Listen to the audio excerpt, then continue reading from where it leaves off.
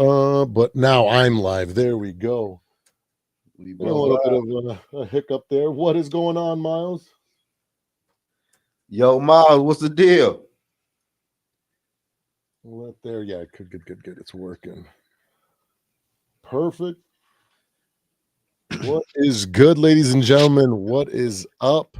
Welcome back to the Purple and Gold Bar Show. We are live with my man Zoe from In the Zone podcast, giving you guys a nice little Friday night football talk.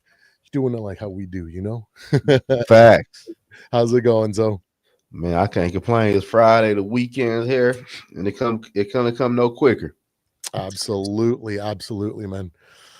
We got Miles, we got Tyson on the live as well. Let's quickly let's get the intro going, and then we'll get it started.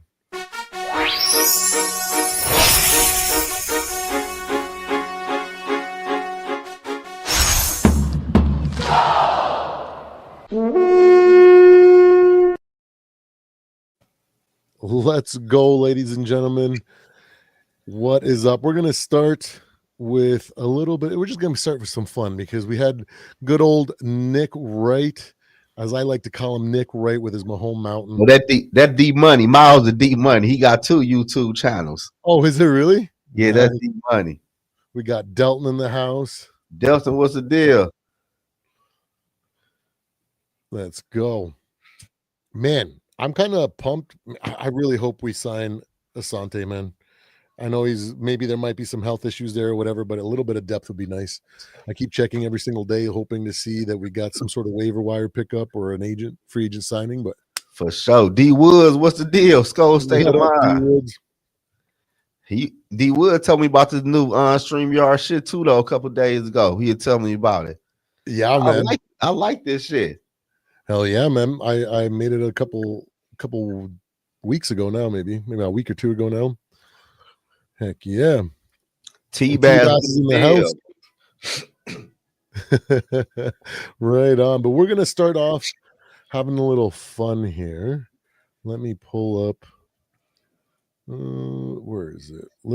The adjusted. It's a little bit of a troll, but also I think that the top 10 are really more accurate than everything. Yeah. I definitely try to move down the quarterbacks that are just all hype, in my opinion, to where I think they belong. So that's why Jones, Dak, Love, Goff are as low as they are, because we know what they are. Right, Zoe? Yeah, but like, you got to explain to me, though. Let's go. Like, you said you did your homework and stuff. Like, how you got Allen 1 and not Matthew Stafford? I'm lost on that one. Well, if you look at it, everything's very similar. There's a couple things that each one has over the other. So like one's got 2 less interceptions and then a little bit more yards. So Stafford, and then the other's got, more average yards per catch or per attempt. And what was the other stat? I'm blanking, but they're very, very similar. They're basically the same, right? So statistically speaking, now Stafford is more like the traditional. He's playing more like a, like old school, kind of like very disciplined, at an extremely high level. And then we got Josh Allen that's got the modern style, the athletic style, going for bigger plays and whatnot. So I like the evolution of the quarterback position. So that's why I kind of lean towards Josh. But I wouldn't be upset if Stafford was 1 and Allen was 2. Like, they're basically the same for me. Okay, shout out to we got my boy in the building, my boy GG. Let's go. But okay, like the list though. Knicks. Like, hold on though. Like, this list is confusing me though, cause the list is crazy. Cause on the Trevor Lawrence list, you got Caleb, Mac Jones, Goff, and Love. Then the next list, you got Roger and McCarthy and Knicks, Jones, Brissett, and Dak. Then at the bottom, you got Dart, Bryce, CJ, Tua, Geno. I can understand. I think CJ need to be moved up some. Like, I don't think JJ belong on the list with them other quarterbacks right now. Are you kidding me? After 3 games? Hell no. I know where he's at. I know what I know. So after these 3 games, But look though, after these 3 games and looking at the rest of the other quarterbacks Mhm. that have been playing this year, you think his gameplay is up there with them? I think he's just better. Huh? Absolutely. Yeah. Did you watch Bo Nix play yesterday? You think he's No, better than JJ? that's one. Hold on, wait. You So, talking about you talking about as of right now? as You of right think- now, You think JJ is a better quarterback than Bo Nix? absolutely. Did you watch the game last night or did you fall asleep? Bro, I Because a fell lot of asleep. people probably fell asleep. No, I fell asleep. But look though, It but was look, so bad, dude. Like I stayed up to watch it. It was so bad, dude. but look though, but listen though, but we going to ignore what he did the rest of the season though. He's in the middle of a sophomore slump. He's only had only 4 quarters. He's only plays good in the 4th quarter. But I'm just saying though, we gonna ignore the rest of the games he played this year. Yeah, If because JJ if only people are played- ignoring them, we're just accurately looking at them. It's not like if he had put 4 game, like every single game, he was putting 4 quarters together and he was looking maybe like he's not in a sophomore slump, then yeah, of course I put him ahead of McCarthy, but he's literally looking like hot garbage for literally 75% of the game, and then he comes alive. And most of the times it's against teams like freaking the Eagles. When he beat the Eagles in the 4th quarter, Jalen Hurts had 0 passing yards in the second half that game. Right. So like that's impressive. No, it ain't easy as much of a collapse by the Eagles than it is Bo Nix doing anything special. I feel you though, but Purple Bar, that's kind of disrespectful though, bro. I'm gonna be real with you. Like, okay, like accurate, not disrespectful. Now there was some. Now I will say I did also recalculate some guys to be a little bit more trolly than anything. I feel like the top 10 are more accurate than the box. There's more like a little bit of poking fun and making want people to click and to I feel you though, but I will also trade Trevor Lawrence with Daniel Jones on your list. Did you see this weekend? What? Daniel Jones completely collapsed. The guy can't put the cape on and win a game when it matters. Trevor Lawrence at least did it against the Chiefs. That was one game. Trevor Lawrence ain't do like. Hold on, wait. So you knocking people down and moving up? You moving people up and down off of one game and not the whole season? No. Jones, Dak, Love, Goff are where they should be without hype. I'm not taking any hype or anything. Like Jared Goff, we this weekend, we turn that into a big game. What happens when big game Goff shows up? He chokes. He's this generation's Phillip Rivers, Matt Ryan, whichever quarterback you want to name. I like that. I like that. A lot of freaking really nice stats, but nothing to show for it. Big games collapses. That's Jared Goff. And you think that's better than Herbert, than Hurts, than Mahomes, than Lamar? No, I got a question though. Like I'm confused because with the Caleb Williams on that list with Love, then you got Dak down, but Love ain't been doing shit this whole season though. Exactly. That's why he's where he's at. So he should be with Dak at. Well, that low? What have you been? You seen the play? Don't get me wrong. I am not a Jordan Love fan. I just adjusted him properly where he belongs. Maybe I should have put him down lower. Maybe that's what I would say. That's me though. I think Daniel Jones. How are you throwing like interceptions or making mistakes that rookies make 6 years or 7 years into the league? Who? You know what I mean? Jordan Love. Right? Oh yeah. You got him too high. Yeah, maybe. Yeah, I probably didn't troll that hard as hard as I should have, for sure. But yeah, Brissett's over Dak just because he just beat him. That was a little bit of a troll move. I will say though, I probably should have moved Jackson Dart up because he's actually looking really good. Yeah, I say like he's been looking good this year so far for real. Like I like the rest of the list at the bottom. Like from Allen down to like Mahomes or maybe even to Herbert, I can say Flacco in that spot is a little bit of a troll. I'm not gonna lie. I'm hyping that up. Yeah, that's kind of crazy. Did you hear that stupid take that I think it was Nick Wright that started it, if I'm not mistaken, where he said that, hey, the Jets should trade for Joe Burrow because it's a system over there. Anybody can throw for 400 yards, even old man Flacco. So I kind of threw that as a little bit of a troll and a play to that. But In realistically, probably I would most likely say if we removed Flacco out of there, probably Rogers, Trevor, Caleb might get that last spot. Maybe you could kind of justify Jones because of the starts that he's had, but like the strength of win isn't that great. You know, he's got a loss against Trevor. You know what I mean? So like, Who do? Daniel Jones? yeah, they stopped. That's twice now that they've stopped or made basically put a hindrance to Jonathan Taylor, and they've lost.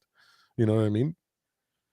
Lamar Jackson, I give a lot of respect to him because I really I will say I'm a bit of a freaking Lamar Jackson fanboy. So, you know, but from like Trevor down, it's all just kind of fun. Okay. Yeah. But I think it's just funny to put Jones down there because we all know what's going to happen, man. This guy, he's going to fall apart in the end, especially now with this pressure on him. Like, honestly, man, this guy, the Colts, oh, man, I feel so bad for them because they're just like, they went all in on Daniel Jones and they went and traded for Sauce. And I'm like, that you should have kept those picks. That was a mistake. They're going to find out soon. I like that move, though. I like the aggressiveness for it, but I think the price is way too high. That's my thing with it. You're that's quarterback freaking prices, bro. Yeah, I feel you though. But hey, man, if like I don't know though. They might go to the AFC Championship game. I don't know. The AFC not even that tough for real. No, it's not like the NFC. I agree. If the card fall in the right place, they might get like a only team. I think they should be worried about is Kansas City. Yeah, Kansas City is one of those really weird teams because before the season I said this is going to be the first year where they don't look like invincible, you know? And I said that I've been saying that division is finally wide open, you know, like, but after what I saw last night, I just think that, man, I don't know if the Broncos, they need to stack a lot more wins to be able to survive the late season push by the Chiefs. The Chiefs might steal it from them at the very end if they don't get something together. Because the Raiders, I know it's a divisional game, but yeah, that's talented as some of those players on the defense of the Raiders, they should not have been able to hold a team that's got that many wins on the season to 10 points. That was an ugly game. Oh man. That game was ugly. I fell asleep. I fell asleep after they tied the game up. Yeah. Yeah, that when I fell asleep in the second quarter, I think it was. I had to pay attention because like on the Real Sports podcast this weekend, we always talk about the Thursday night game and I didn't want to fall asleep and then forget to watch the game and then go into that pod and not really know what to talk about. But hold on, wait. Trevor Lawrence got 9 touchdown passes and 6 interceptions. But how many wins does he have? I don't know, probably about 6, 5. In the AFC, he's in the playoffs and he's top of, like I said, Trevor Lawrence. The thing is that Trevor Lawrence is adjusting to a new system, right? That's why maybe I have a little bit of a soft spot for the Jags because they remind me of us, right? Because we're the same kind of coaching tree, right? And I see the same mistakes and whatnot, and he's adjusting to it. Like he's not on paper looking like a world beater, right? But when you know what I mean, like you're put in a situation, there's been a few situations in this season where he's making plays with his legs, he refuses to lose, and he beat the Chiefs in prime time where a lot of people, even myself, didn't pick them to win that game. I thought it was going to be like a really bad loss for them, and they just keep finding ways to win, ugly ways to win at that. But I think that's just a factor of them just being undisciplined and transitioning to a new season, a new system. But like I said, he's kind of like the gatekeeper. Like easily, like as the season goes on, any one of these quarterbacks below him could easily blow right by him, especially if they collapse, right? Because we're getting into that part of the season where everybody starts getting into playoff form, and the pretenders are really going to start struggling, right? And he's definitely on the list as a potential team that might collapse, right?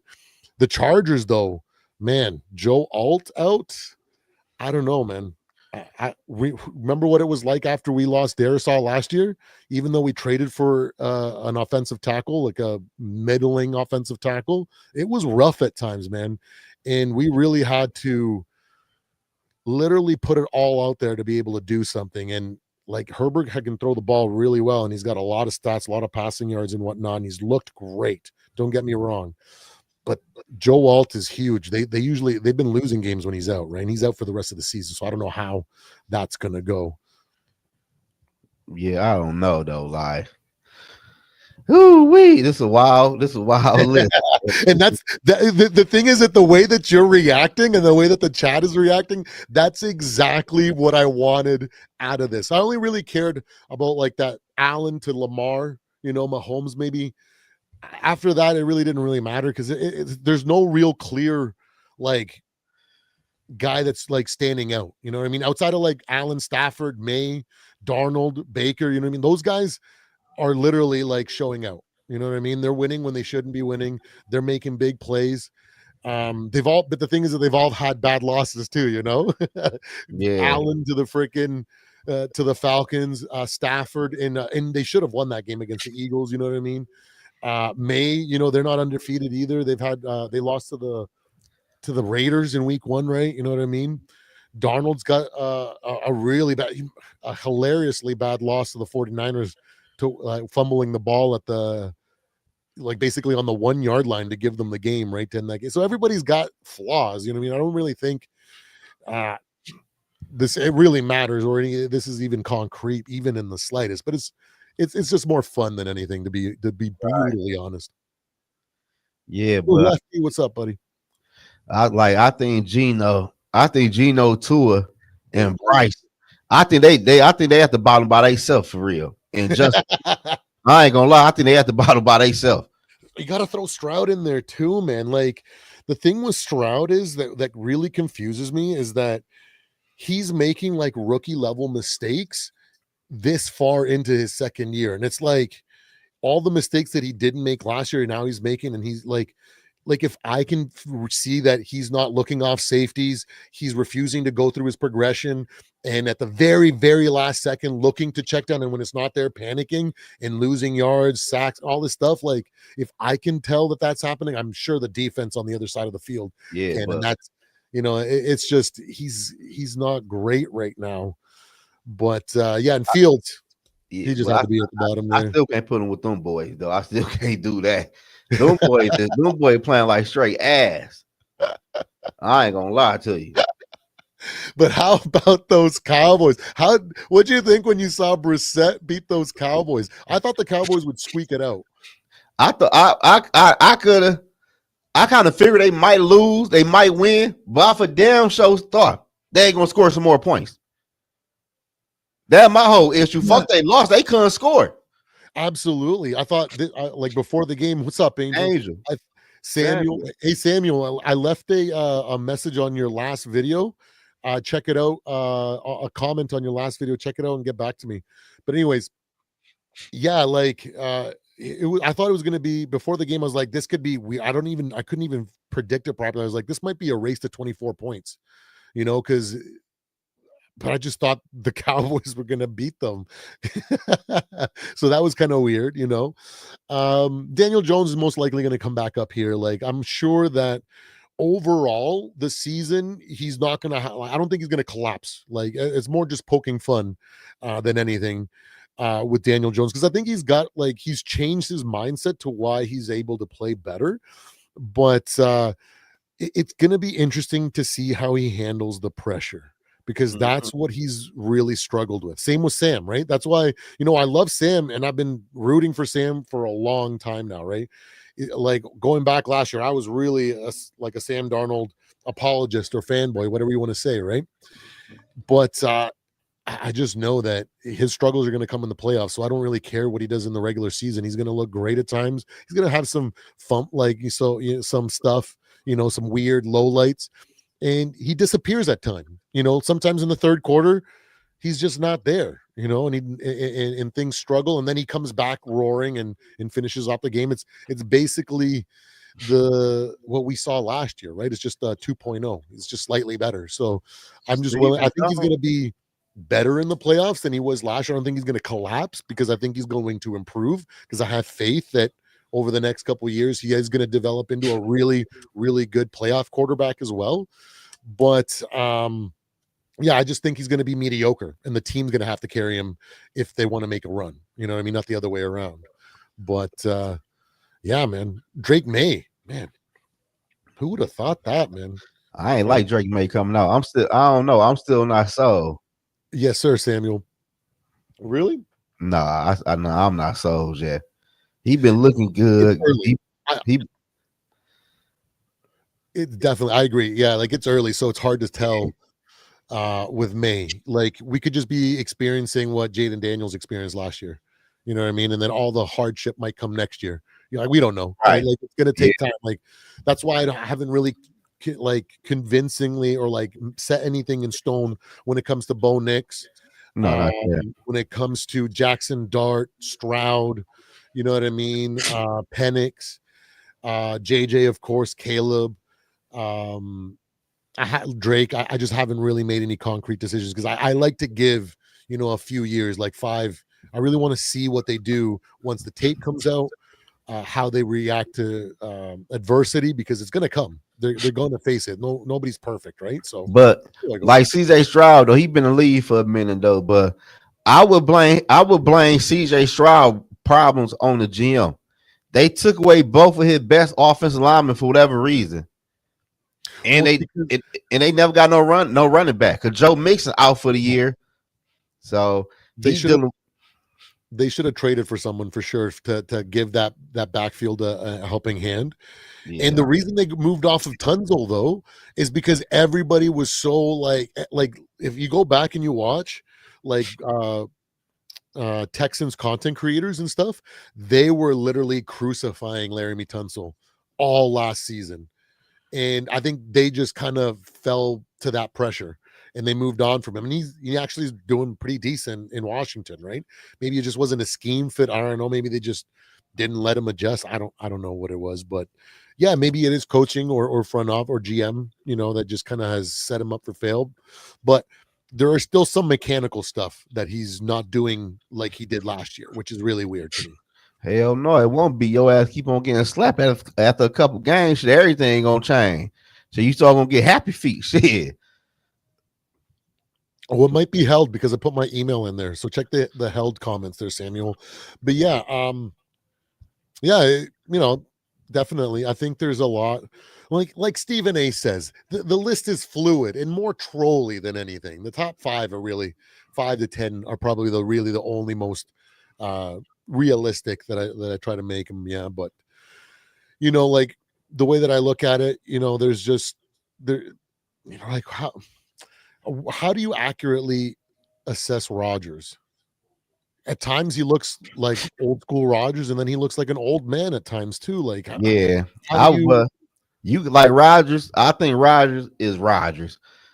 To me, he gonna do okay, but he not about to. I don't really like. I think he too old. In the season is still young.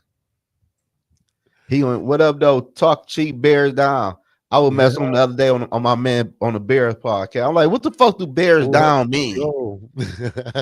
That's kind of like their version of Skol or something like that. You know what I mean? Or go pack go, right? So yeah, you know, or one pride as the Lions say, right? But yeah, you know, like I was saying, yeah, like it's more of a troll. Okay, because I made a like a video where I kind of was just like trolling and making fun of Nick Wrong, right? And it was more just to kind of poke fun of him because, like, man, like really, power rankings, quarterback rankings, weekly picks, they're really not anything to be really, you know, dialing in or really caring too much about. It's all for fun, you know what I mean? Like, doesn't really mean anything at the end of the day. So, yeah, I feel you on that one though. But yeah. So that was the troll. Maybe I'll I don't know how hard I'll troll next week, if but because I can kind of adjust this page more than anything. Right. But And I feel what you coming from, though. You got the reaction you wanted. yeah, exactly. I think definitely, man, for sure. But it's all in fun. But you know what? Let's talk some actual stuff that's real. Rap, what's the deal? What up, Rap?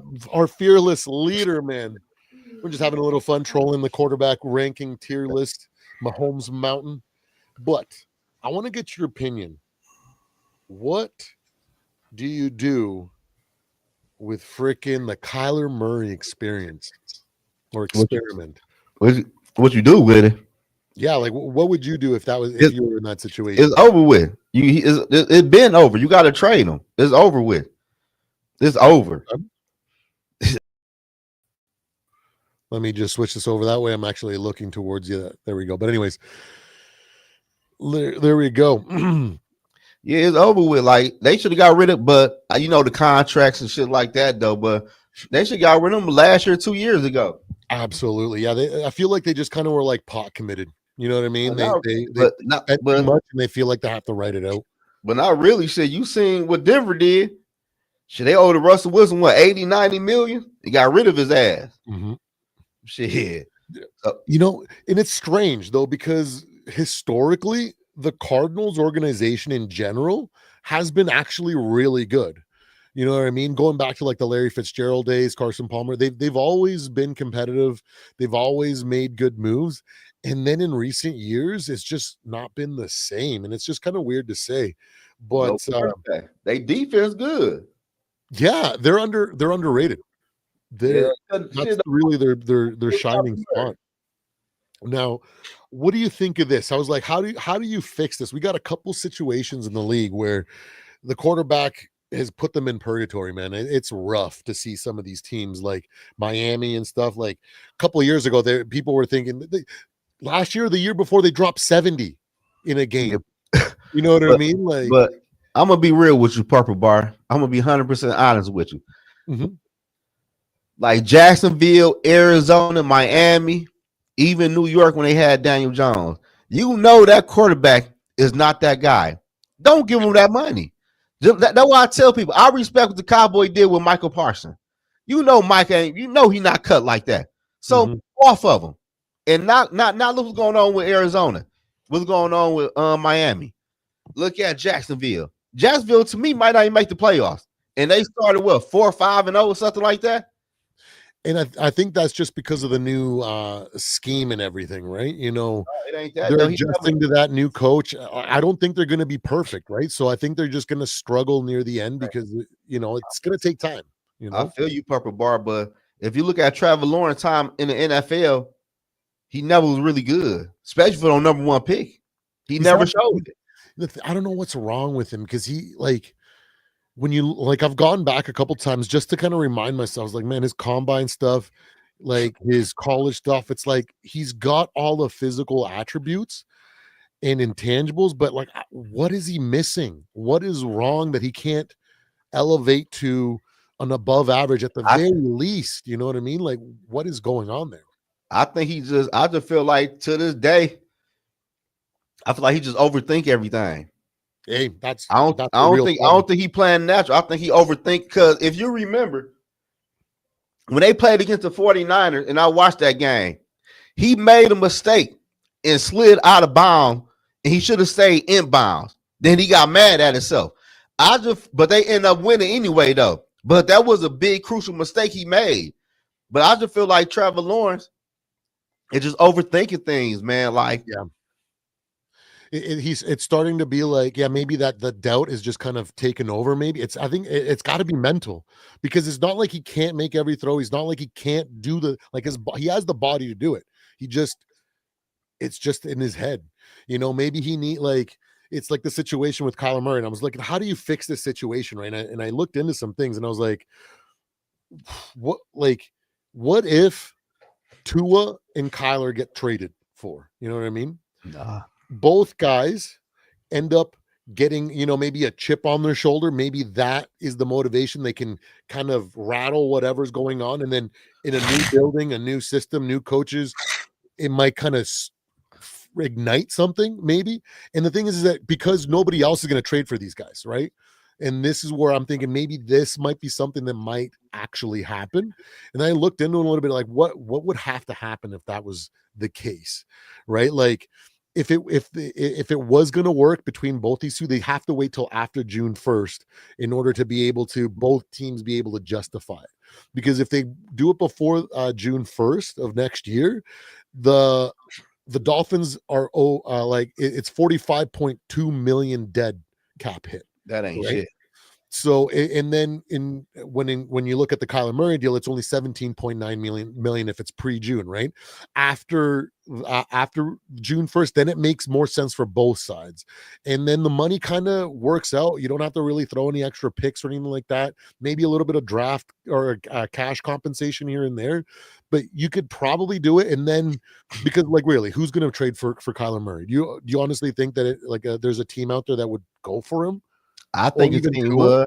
I would say the team that should trade for him, honestly, though, it would be a short term. I say the New York Jets. You ain't gonna give up a lot to get Kyler Murray anyway, and he was to be a little bridge until you get your quarterback shit going on, either this year draft or next year draft. But you just need a body in there, and we know he better than Justin Fields. Yeah, well, that's true. And then, but with the fire sale that they had, do you think they'd go for something like that and take that type of cap hit? The Jets. You know what I mean? Like, yeah, I agree with you. That would work. But I would say this. I would say, yeah, because they cleaned their books with the Sauce Gardner trade, I believe, and with the Quentin Williams trade, that freed up money. And they might do somebody else during the offseason who might be a cap hit, but I think they could take on, what you say, 17 million? 17.9 million if they trade pre-June 1st. But you gotta think though, that's cheap. But that's cheap for a quarterback right now, shit. Yeah, but if they wait after, then it's they would split the remaining bonus over 26 and 27. So it's even cheaper for them if they wait till after June 1st. Well, I'll probably trade for Kyler. Yeah, I'll probably, if I'm New York, I'll probably wait after. Yeah. And like you never know, man. Sometimes a quarterback need a new scenery. Like me personally, I like Kyler Murray, but in Arizona, he been ass. But I will say this. But I will say this though. Like you said, that might put a fire on his ass because he get on the podium, he say some wild shit like, "It's not my job to get Marvin Harrison Jr. to football." He said that shit last year. But I will say this though. The Arizona Cardinals, since they had Kyler Murray, bro, they don't run the fucking football. Yeah. Yeah, and DeMarcado has a little bit of oomph, man. He can run the ball if you give him some touches. It don't. You gotta run the football because I be having they running backs on my sheet. I be like, these motherfuckers, they would throw the ball literally 7 plays in a row. Yeah, it's so annoying. And Kyler Murray might run on a play. I'm like, bro, why they don't run the fucking football? Something's just broken there, man. Like the experiment is just like, and it's boiling over, man. Like everybody's frustrated, from like every player, the front office, the coaches. Like it's boiling over. You know what I mean? Like they're getting into altercations and like shouting matches on the sidelines. I can only imagine what it's like in practice and stuff and behind closed doors. You know, so it's time for them to freaking swap it up. Or something. I feel like you said get Tua. Hell, fuck no. You gotta go to that NFL draft. You gotta try again, man. It's over with. Tua is who he is. He a good backup that can come in and play wonderful about 3-4 games. That's about it. For real. Pretty true, yeah. But I was kind of thinking, like, also looking at it like what makes financially sense for both teams, because then it makes it more likely for it to actually happen, right? Because I'm like, let's see, I'm trying to think of some of the bottom feeders. Are the Saints going to move on? Like, are they going to trade when they have like Spencer Rattler on the team, which is like a better average guy than him? You know what I mean? Like, yeah, I don't know. Like they might go to the NFL draft, depending on where they at though, but I gotta relook at the NFL draft, like which quarterbacks coming out this year and next year. I think Manning coming out in 2027, I believe. I don't think he's gonna come out early because no Manning's really come out early in college football. That's a good point, Dalton. Yeah, everything has to work together in order for the offense and everything to work as intended as well. Because if not, things just break and fall apart. But yeah, no, like from what I understand, not next year, but the year after is going to be a loaded draft class. I don't know if that's just like quarterbacks and then all around talent, but I feel like the Jets are definitely lining up to just rebuild their roster and find a stopgap quarterback for a little while, and then Yeah. once they're like loaded, they're gonna make a move for a number one. You know? Yeah, like I tell people, man, like you don't have to get a quarterback this year. Ain't no quarterback right there. Wait till next year. Yeah. Delton says Josh Hoover probably might be the best quarterback. And Who he play for, Delton? I like that Indiana quarterback. I need to see what he do the rest of the year though. But I like Indiana quarterback. I ain't gonna lie, I like him though. no doubt. Yeah, man. I'm freaking. I'm not as in depth in the college football world yet. Yeah, that shit. My second year. That shit take. I ain't gonna lie. That shit take. It took me really. I watched it, but I really only watched Michigan, and I really get zoned into college probably about 8-9 years ago. But I've been watching college forever. Okay. So it took so many me teams, so many divisions. It's kind of hard to keep track of sometimes, and you kind of like lose yourself in what's going on. Oh, he played for TCU. Yeah, TCU. I like Oklahoma quarterback too, though. For real, I forgot his name. Yeah, I think there's 3 guys that are kind of leading the pack. I just can't remember names. Names are just not good. But yeah, I know there's 3 guys that are potentially going to be sought after in the next draft there. But yeah, it's just a weird situation to see what all these teams are going through. You know what I mean? Like, let's transition to another quarterback conversation here. Do you think that there's a quarterback controversy going on in San Francisco? Of course. I made a video when this before they paid Brock Purdy. When they got Mac Jones, I said he gonna take Brock Purdy's spot. But after they paid him, and he been looking good though. Mm-hmm. And he cheaper than Brock Purdy. Absolutely. Like, you might trade him to the fucking New Orleans Saints. Because if they got all these injured guys that may not even be fully healthy next year might be a wash. They might not be able to push for a Super Bowl this year or next year. And they might have to like kind of restructure and rebuild around some of their guys, right? So does it make sense to pay a quarterback that much? Or maybe they just think that regardless of if they don't get everybody back at full strength, they're still going to be able to hold out and be strong at the end of next season. Because I don't think they're going to make a deep playoff run. Do you think? Hell no. Got it? Fuck no. It's just too much injury, man. Like I love how they've been facing adversity, and I love what Mac Jones has done. But like, man, it ain't that though. Purple Bar. My whole logic and thinking on watching football teams, bro. Like San Fran, you had your shot twice. It's over with now. Like, to me, after a while, that talking shit get old with people. Like, he been saying this shit for the same 8 years, bro. We ain't win a Super Bowl yet. I feel like the Kyle Shanahan shit in San Fran, I think shit been over with though. Already, okay. That's me though.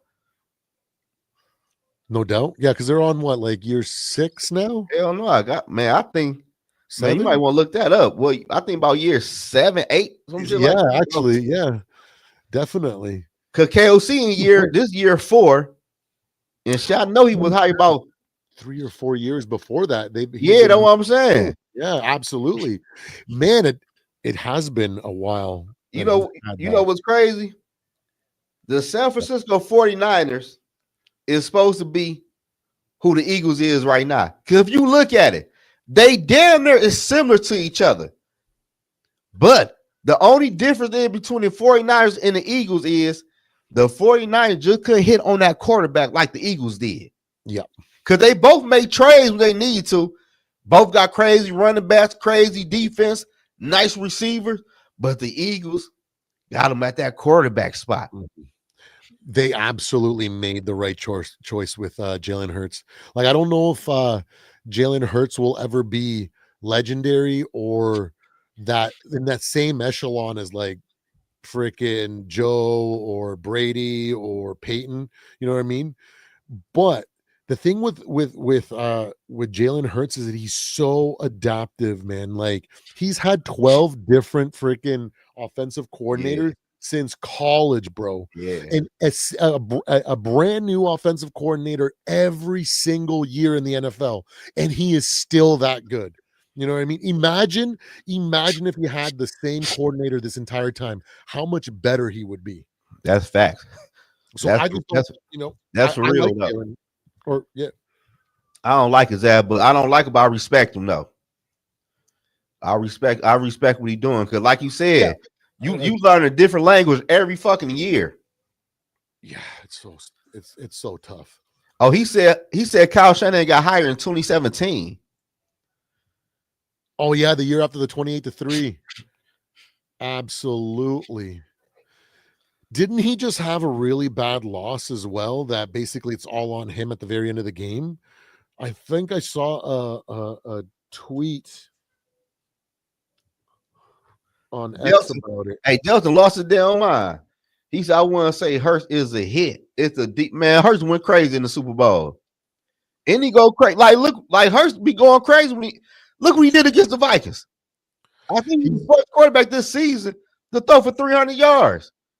Yeah, he went crazy in the second half of that game, which is why I think he's like above, like not just above average. I think he's great, you know. Yeah, but I don't think he's got the ceiling to be able to elevate to Brady or like the legends. You know what I mean? But he might still keep doing what he's doing, and over a long period of time, come up with 2 or 3 Super Bowl. And at that point, you just have to be like, he's just a legend at that point, you know? Yeah, at that point, that's gonna make the shit. That's 3 Super Bowl, 4 appearance. Absolutely. You know what I mean? So like the proof is in the pudding at that. Even though he's not my style of quarterback, I've never really been like a massive Jalen Hurts fan. Like I said, I more like respect him. It's a better way of saying, and then like him. Yeah. Like I just respect what he's done because he's got a ring and he's done well. But look, though, like he said, but the Chiefs scored 9 points, but the Chiefs could have hold the Eagles offense because Hurts was slanging that motherfucker. He was slinging that rock across the field. Did they even punt the football in that damn game? I'm not sure. And Saquon, me neither. I'm just talking though. But Saquon Barkley, he ain't do shit. He was just average running back. He's been looking average this year. Absolutely. Well, he did start the year with like tendonitis in his knee or something like that, or like a mild sprain, and it kind of like hasn't allowed him to kind of hit that next gear so far. Maybe we see that at the end of the season. This got to be a Chief fan in the comment. He said Hurt went crazy because we had safety covering Brown and Smith. The shit ain't work. The shit ain't work. That motherfucker was slanging that rock. Yeah. And y'all can't beat the Eagles. The Chiefs can't beat the fucking Eagles. Yeah, they have. It's like certain teams, they build a roster to beat the guys that they think they're going to face deep in the playoffs, you know. And it to me, it seems like that's the way we build our team so that we can beat the Lions. Because I feel like going into this, we can match up with the Packers. It's not like they have such an advantage on us that we don't have to build a roster. We just got to play better and we can beat them. Same with the Bears, right? But the Lions for the last couple of years, it's like they're just a juggernaut. They're like, especially in the regular season, right? And I think this is last week when we were as healthy as we were, it kind of showed maybe a little bit of the philosophy that Kwesi and B-Flow and KOC have had going into the season, where it's more about we can beat anybody else. Let's just focus on beating the guys that have been our kryptonite, you know, and maybe that's the game plan. I don't know. I'm not in the building, you know, I'm only guessing, but right. It's the similar situation with the Eagles and the Chiefs, right? So it's very interesting. Very, it really very is. interesting. Absolutely. But yeah, you know what I was thinking when it comes to the 49ers, and if they do end up having that QB controversy and deciding, hey, you know what, let's just take some of this cap or the cap hit off and let's move on from Brock Purdy. You know which team would be dumb enough to take on that big a contract? You say who? The Browns. Because they did it with freaking Brock Osweiler. They did it with freaking Deshaun Watson. They're willing to take. But they can't, man. You know they owe Deshaun like 3 more years still. Yes. That man, like, listen, so dumb. I ain't gonna lie. I don't know between him and Kirk Cousins. I don't know who pimped the NFL harder, but he not even playing. Absolutely. Let me just kind of I'm put them down, girl. 220. Yeah. I'm You gonna know, go. but he won it though at the same time. So Yeah, sometimes, you can't get mad at a quarterback win a Super Bowl. You know how hard it is to get to the Super Bowl? absolutely. Man, Ask the Lions shit. how hard that is. Man. Shit, for real though. Like, I ain't seen the Vikings get the Super Bowl yet. I've been a fan for 30 years. Yeah, I know. I Man, think that shit hard. slowly building towards an actual rock, because like our Vikings we're top 10 all time in franchise wins. We're one of the most winningest organizations in the league all time. And it's because we try everything to try to win a Super Bowl. We're trying to break through. We built a freaking But dominant purple people eaters. We've built but Adrian Peterson era. We but you know what though, Purple Bar? I got a problem with that. Because I forgot what year it was when the Vikings was bad. It was under KOC watch too, though. I forgot what year it was. Did we make the playoff all the years KOC been here? the only one we didn't is when Kirk snapped his Achilles Oh yeah, that year. years Like ago. that's the year I feel like we should have said F it, and we should have got rid of players to take that hit and get better for the future. See, the Vikings' problem is though, Purple Bar, they want to win as many regular season as it is for no reason. If we'd have lost 2 or 3 more games that year, we would have had like a top 3 pick in the NFL draft. Mm-hmm. But Absolutely. I think we was at 11 or 8 or some shit. And it's that mindset of always trying to be competitive, always trying to win, always being a franchise, a winning franchise. And those kind of like constant mistakes have also been the reason why we've messed up runs, where we've overpaid for things. We bring in guys that we shouldn't, when we should just be patient and rebuild from the ground up, like we're kind of doing now. And we've made mistakes, you know, like D Woods made a great point that he said that um it would, like, he really liked he misses the having Kirk Cousins on the books, not because of what he did on the field or anything like that, is because the salary cap took such a big hit when he was there that they couldn't just go crazy in free agency or drafting and stuff like that. You know what I mean? Like we were kind of like handcuffed to him, so like we couldn't be crazy. You know what I mean? And then we move on and we got all this cap space, and then we're bringing in everybody. We got freaking a guy that's going to retire due to freaking concussions, and we just like started spending money like we've never been rich before, and we made a crap ton of mistakes. You know what I mean? Dude, Like what's the a lot of deal? swings that just didn't pan out, you know. And I was like, hey, yeah, I get it, but how are we supposed to become better at managing our free agency money if we don't have it, and to use it to learn from it? If we don't have draft picks for Kwesi to draft with, then he's not going to learn from drafting and get better in the future, right? So it's like the comfort that brought in, because that salary cap hit was so huge, also was kind of preventing us from growing, you know, in the front office and in that area. You know what I mean? So Right. it's a great point, man. I haven't stopped thinking about that, because I was like, man, that is freaking so smart. So, but yeah, no, it's I think that we're finally on the right track when we are building. Uh I think JJ's definitely the guy. I think he's got exactly what it takes for us to win. Like I keep thinking about what Sam Darnold would have done at the end of the game this week. On that 3rd and 6. Yeah. He And would have stared down Jettas and tried to force it to him or Addison, and then he would have given the Lions a minute 42 or whatever. And the Lions, because they capitalize in those moments, they would have come down the field and beat us. You know yeah, what I mean? hold on It's one like, second, Purple Bar. yeah, for sure. Oh, but yeah, no, it's an interesting season, guys. Uh Let me get caught up with I'm so bad at freaking focusing on chat, man. There's been so many people in here. I do apologize, guys. Tyson, oh, we already got there. Miles, School, T Bass, D Woods, GG Sports Podcast. What up? Tyson, we already do. Anybody else that I miss? Christian, what is up?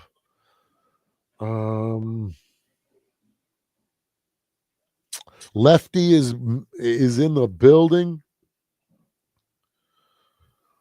Samuel for sure. Hopefully, yeah. Check Samuel. Check your held messages. But yeah, or if you want, just here, I'll type it in here.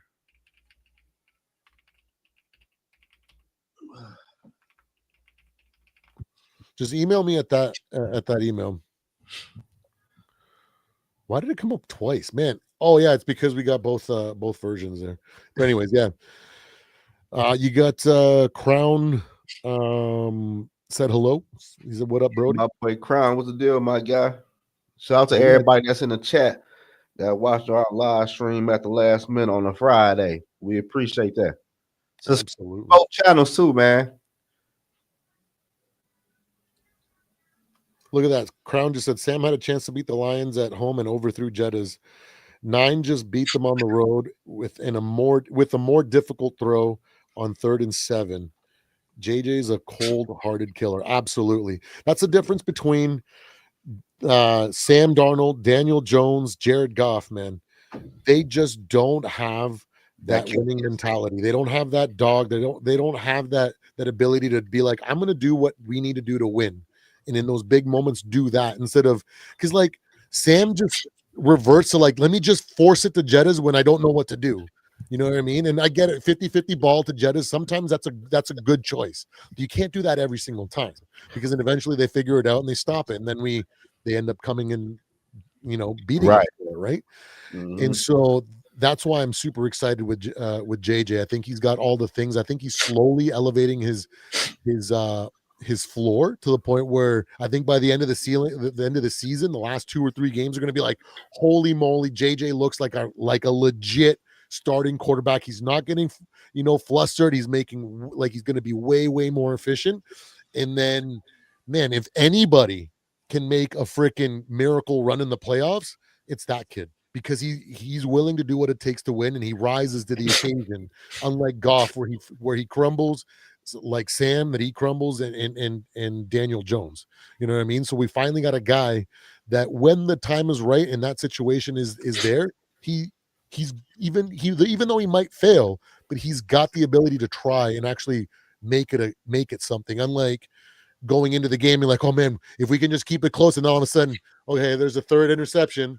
Oh, here's a 55 passer rating game for, you know what I mean? Like, we don't have to worry about a total collapse. He's going to fight and give it everything he's got. And maybe we win, maybe we don't. But I'd rather have that than go into the season this year. Young Buck. Lose. I'd rather go with the Young Buck any day, especially if you did your homework on him, though. But, he gonna get better game after game. He's like I tell people, man, it's only his 3rd start in the whole NFL, man. And NFL, the big boy league. Absolutely. What do you think about Green Bay before the Tucker Kraft injury? Before it don't matter. To me, the shit don't move. Green Bay is just inconsistent, and Matt LaFleur, whatever his fucking name is, he just like he handicapping that offense. I don't know if he's trying to protect Jordan Love. Because when Jordan Love be having trying to throw the football, he throwing interception. I don't know. I don't know what's going on with that offense over there. Hell, the defense too. Because that other running back, he ran wild on the Packers defense. Yeah, Rico Dowdle. Yeah. Man, and going into that game, the Packers were actually pretty highly rated for run defense. So, like, I just don't get what's going on. They're just struggling, man. And Jordan Love keeps making backup and rookie mistakes, man. It's embarrassing to see a guy that's, hyped up to be a Super Bowl caliber quarterback, and he's making mistakes that like rookies make or backup quarterbacks make. I can excuse it when it's freaking Carson Wentz doing that, throwing into triple coverage when he shouldn't, trying in desperation to make something play. But freaking Jordan Love, the guy that's supposed to be elite, the guy that's supposed to be a franchise Super Bowl caliber quarterback, it doesn't make sense. It did Jordan Love what, 2nd or 3rd year starting? I think this is year 6, so I think this is year 4, if I'm not mistaken, because he sat for 2 years. Quarterback, hell no. Let me see. Isn't it? I'm pretty sure I think this is his 4th year. Can somebody check that out in the chat? He started that damn long? I think he got Yeah, I'm about drafted right now. in 19, if I'm mistaken. 2023. 23. Is when he started. Yeah, Oh, so this is his 2023. why does it seem like he's been playing longer? No, this is 23 season, 24 season. This is the third season being a starting quarterback. It seems to me, it feels like he's been playing for like 5 years. No, You know I what knew I him when mean? that Like, down long. You it got to just think is. about he was on a rookie deal, I'm mistaken. but his rookie deal, you know, he got Well, paid early though. yeah. Well, with that being said, then I guess I have to give him more slack then because I thought he was Yeah, he got, like a year or no, two like deeper into it. The two yeah, no, 2 years that he didn't start, that doesn't really count, you know. So I have to give him more grace. I was that's my mistake. That is definitely my bad. no, you're right though. Like I say to people, I just gotta see more out of Love though. Like he showed me things, then he do bonehead things, but we gotta see, can he outgrow the bonehead mistakes? That Yeah. just just a wait and watch little game. Yeah, But because now it's they ain't no Super Bowl contenders though. Fuck no. no, they're not. I If think you my bad, per Barber. If you say Super Bowl contenders, hell, I would say the Vikings Super Bowl contenders right now. Then well, the thing is, for the last 3 years, that's what everybody's been saying. The they just Packers are Super Bowl contenders every year. They say it, and I'm like, well, they say the same thing about the Cowboys. they've been literally saying that the Packers are a Super Bowl contender since the last time they won the Super Bowl, and they haven't even come close. No, You know, it's just, like I said, the Michael Parsons trade, I love it, and I was scared. I'm like, man, Green Bay might unlock some shit on Michael Parsons, but on the back end, he gonna fuck their cap up. That's exactly what he did. 46 a year. He fucked their cap up. And to me, like I told you earlier, the Cowboy mood on Michael Parsons was so excellent. I love seeing things like that. Could quit paying these players elite money when you know damn well they are not is a elite talent. I like that move. Like Brock Purdy should got paid. I kept saying to 49ers fans in the comments, like, man, wait until you freaking make the decision, either go with or to move on from Purdy or pay with him. Because if you pay him, you guys are screwed. Yeah, like, now you look at him. Don't see it yet. Love was drafted in 2020, not 2019. Yeah, that's right, for sure. Oh, we ain't say who's name. Oh, but yeah, no, it's sometimes, yeah, it's just a weird league because when you pay a guy like Micah Parsons, then you can't fix your holes. And then you just stay as a freaking dumpster fire, you know, that like they are, you know, but it's weird. Do you think that I think that Dak Prescott's going to go down as similar to Goff and Phillip Rivers, a guy that just Phillip Rivers really big games in freaking the regular season but can't do nothing in the playoffs? I would say Phillip Rivers compared to Goff because I think Rivers and Dak is a better thrower than Goff. Even though Goff been to a Super Bowl, I just want to put him up there with Goff, with a Rivers and Dak. But Dak, I feel him. Take the money. 65 a year, I feel you though, bro. But at the end of the day, like you done got paid. This is like your fourth contract. You done got paid. Like, don't you want to talk shit and like compete for a ring though? Like you got money. Like I'm starting to feel like that like Jerry Jones doesn't really care about winning a Super Bowl that much. He just wants to keep making money and being in the headlines. No, I'm talking about Dak. I'm talking about leaving Dallas. You ain't winning shit in Dallas. I'm talking about Dak to the left. Yeah, he should. Yeah, maybe he should have. Yeah, before that when the trade. They were like your fourth contract. You done got paid already, bro. Go get you a ring. Go take you like 10 million less from a Super Bowl contender and see what happened in 3 years, man. Look what happened to Matthew Stafford. Ain't nobody ever thought Stafford would win a Super Bowl. Nobody thought that shit in life. Yeah, absolutely, man. After those two playoff runs, one with both I think with Megatron, but Sue was in one of them. Yeah, like everybody was ready to just ride off and be like, yeah, we want another quarterback. It's like, really? This guy's freaking legit. He's got that will to freaking win. He fights, man. That's what you want in a quarterback, and that's what you need in the playoffs. And they gave away The Lions fans, man, they traded Goff, a number 1 overall pick, and 2 draft picks, and they didn't realize they were getting fleeced, man. I'm like, what? But look, though, but that trade got the Lions being relevant again, though. It did, but now it's the thing that's holding them back. No, like, listen, just be happy being fucking relevant again. For as long as it lasts. Just be just be happy. But I will say this though, man. Like,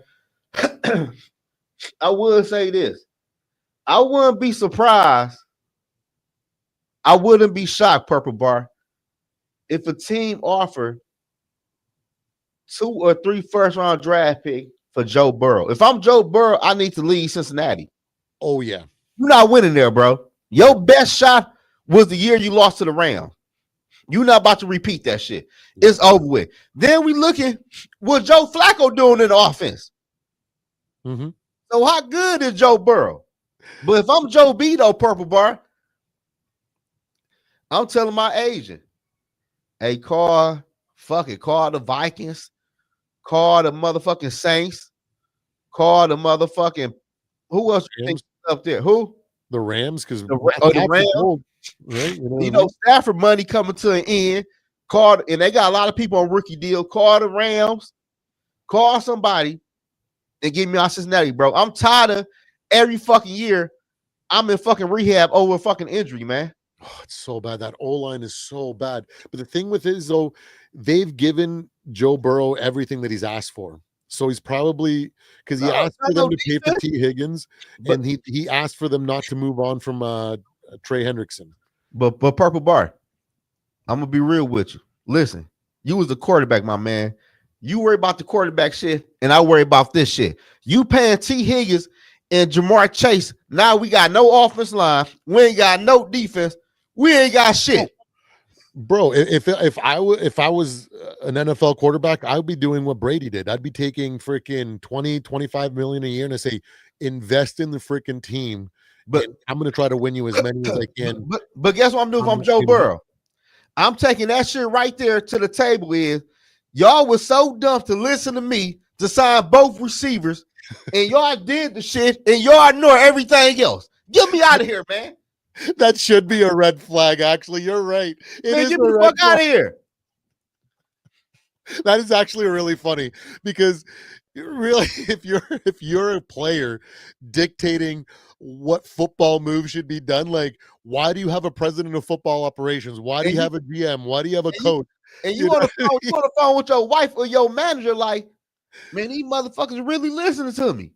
This is a problem. Yeah. Yeah, like I need to be GM too. He's young and dumb, right? So maybe he's like, well, they're giving me everything I want, so why would I want to leave? You know what I mean? But like, it's a dumb way of thinking. You're right.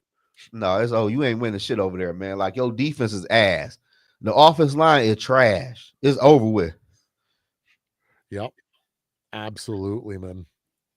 Freaking, oh man, it's hilarious. What do you think about this season in general, man? Like I found it like this season I do like a weekly pick 'em at the local pub, because then whoever wins gets like, you know, the pot or whatever. Sometimes it can be like $200-$400, right? So it's a nice little pick me up when you win it. But man, I am having a hard time picking games this year, unlike any other year before, man. Like what is going on with the league? Man, the league, man, you got to go the other way. Like the Eagles game. Do I think the Eagles can beat the Packers? Yes. But guess what, Purple Bar? It's what's going to be the opposite's going to happen. We're going to be the opposite. And guess what's going to happen Tuesday morning? Oh, the Green Bay Packers is back. They are Super Bowl contender. I can see the shit. Absolutely. I don't know how they're going to beat them, but I can see the Packers beating the Eagles, though. Yeah, and then they'll go play the Bears and get blown out by the Bears, and people will be like, oh, what's going on with the Packers? Exactly. The NFL so crazy like that. Bro.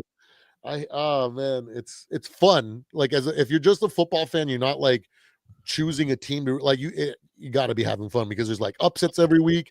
There's games where you think that's going to be one thing and then something else happens. You know what I mean? Like I don't know about you, but I really liked that Jaguars Raiders game from last week. It literally had everything in there, man. It had hilarious bloopers. It had awesome touch. Man, Brock Bowers, bro. Brock Bowers is freaking awesome. Like there was just 4 touchdowns out of Geno. Michael Myers is running wild at times. You know what I mean? And then we got freaking Trevor Lawrence doing this thing, running in for 2 touchdowns, doing his freaking JJ McCarthy impersonation. You know what I mean? So like, it's just a lot of fun, man. It's been a fun season in general. Yeah, it had though. It been up and down though, cause like I don't know, man. You can say the Eagles, the Chiefs going to the Super Bowl. That's easy, but had they been looking like Super Bowl teams? Hell no. No, that division is open now. But I tell you what, though. Even though they played bad last night, and we all know this in the NFL purple bar, if the Denver Bronco offense strike fire at the right motherfucking time, they can make something happen. Listen, I tell people that shit looks bad right now. This ain't shit but November. Yeah, because probabilities are definitely not cutting it, man. Because like when I look at it, like what's more probable, that the Broncos do all the right things and don't drop the ball to finish the season, or do they struggle and then as a result the Chiefs actually do all the right things and then steal it at the last game or the second last game from the season? And so I'm thinking most likely it's going to be the Chiefs that kind of round out into playoff form earlier and finished off the season. But then after everything that we've said, it's probably going to be the Broncos. Yeah. It's so stupid, dude. Oh my gosh. Yeah, the NFL just, it's awesome. Like I tell people, man, like the Broncos looking bad now, but we all know it's all about when you catching fire at the right time. Right now ain't the right time to catch fire. Mm-hmm. So I can respect the ugly shit because like if the offense put in the work and shit like that, and Sean Payton get his head out of his ass and get some better play call and shit like that, they're gonna be a scary because that defense is for real. Mm-hmm. I don't know who the fuck that defense coordinator is. That defense is for real. Yeah, man. I predicted that defense to be one of the top 2 defenses. I also predicted our Vikings to have this to be 1 or 2 as well. I just didn't know which one would be better. But maybe if we finish strong and because we're healthy and the offense doesn't let us be on the field for freaking 3/4 of the game, they might actually play up to their potential. You know what I mean? We might actually finish super strong, but you know what, though, I'm gonna tell you this, though, Purple Bar. Mm-hmm. The Vikings pissed me off at the trade deadline, bro. I know you feel different. I read the text message, but I'm gonna say this though. Like, we could have traded a 6th round draft pick for a corner, right? Just hear me out. Mm-hmm. A 6th round draft pick for a corner. And if you look next year, we only got Rodgers and Murphy, the real corners on the team for next year, right? If we would have traded for a corner this year and see what he did inside of this defense, we could have gave him a 2-year deal to have something to build on and to move to go forward on. Now we stuck with not many damn corners, and it's like if Murphy or Rodgers get hurt, what the fuck is going on? Yeah, no, I get that for sure. And a 7th or a 6th, that I'm not opposed to, because that doesn't really matter, right? But you know what I'm talking about. I think for Kwesi to get better at drafting, he just has to draft. He's got to have a ton of picks and learn from drafting every single season, right? So that's why I don't want to sacrifice draft picks. But a 7th, something like that for depth, I get that. I wouldn't. Yeah, that's what I was talking about. That's why I told you. Our seconds or our thirds. No, I told you. I'm talking about a 6 or a 7. Yeah, that would have been okay. It wouldn't have been detrimental. You know what I mean? It wouldn't have hurt. Yeah. But the thing is too, though, if we're only going for depth, you know what I mean? Like over the next couple of weeks, a lot of teams are going to be waiving players, trying to move them to their practice squad. Oh, okay. And people are like, right now, it's because there's still some decent free agents that are out there. And as soon as Asante Samuel goes and what's the other guy's name? Jonathan, or no. What's the other corner out in free agency that people are talking about that they want? I forget. Ex-Bronco or ex-Charger? I forget. But either way. Howard. Maybe. Hell, no, on him. But like, you know what I mean? Like, because everybody's going to try to pick up those guys. But once those guys are off the market and all the decent free agents are going to go, people are going to start restructuring, and it's going to be who's going to be the smartest picking up guys off the waiver wire. And we Now can't pick that up right there 3 is of the smart. 4 I ain't guys, think of that. right? Because there's going to be a lot of restructuring. Everybody just made a whole bunch of trades. Everybody's, holding players. People are coming back off of IR, and we're going to start seeing guys getting waived and the teams trying to get them back on their practice squad. And I feel like if we're just going for depth, right? Let's just do that and pick up a whole bunch of, we could probably get 2 or 3, practice squad guys, or like guys that get waived that maybe we can, get them ready enough for emergency sake, and then just ride it out. And in the off season or in the draft, use all our draft picks as best we can, and hope to gosh that this time that Kwesi can hit a little bit more, because he's got picks to work with. And maybe is it a Kwesi thing, or is it a scouting room thing? Man, I say scouting, bro. But that's the team you fucking hire. Yeah. So y'all go neck and neck. I ain't trying to hear shit about that shit. But remember, we hired Kwesi because he's not a cookie cutter GM. He doesn't. Well, who is that guy then? What do you mean? Our scout? No, I'm saying you said we hired him for the numbers, right? Basically, what you're saying, right? We hired him because he doesn't think like a normal GM. Right? But that might be the problem, because I'm gonna be real with you. But my point is that if we hired him to think differently, when he thinks differently, we can't get upset. You know what I mean? Because that's what we hired him to do. If it pays out, it pays out. If it doesn't, it doesn't. And then eventually we can address it when it's been too long of an experiment. You know what I mean? But I will say this, though. And I'm pissed at the Vikings for this move. Y'all drafted my boy Kobe King. He from Detroit. Been watching him. Not happy with that. I've been watching him play since Little League. He didn't play with my little cousin. I've been watching him play since Little League in high school, and seen him play at Penn State. He got a twin brother. He played for the Packers. Mm-hmm. We waived Kobe King. And then he got to the Jets. But we waived him. I didn't want to bring back Aaron Jones, and we kept CJ Ham and Todd Chandler on the motherfucking roster. I was not happy with that move. I will say that I was not happy with that move, because I liked him too. I just was like, he's just raw. Whenever we can get him up to being up to standard for the B-Flow scheme, that's when he's going to show what he can do. Because you have to, when you play for the B-Flow scheme or freaking Spagnuolo scheme, you have to learn everything that is expected of you, and then you can get on the field. I ain't gonna lie to you, Purple Bar. I ain't gonna lie. I liked him. Purple Bar, I'm gonna be real with you.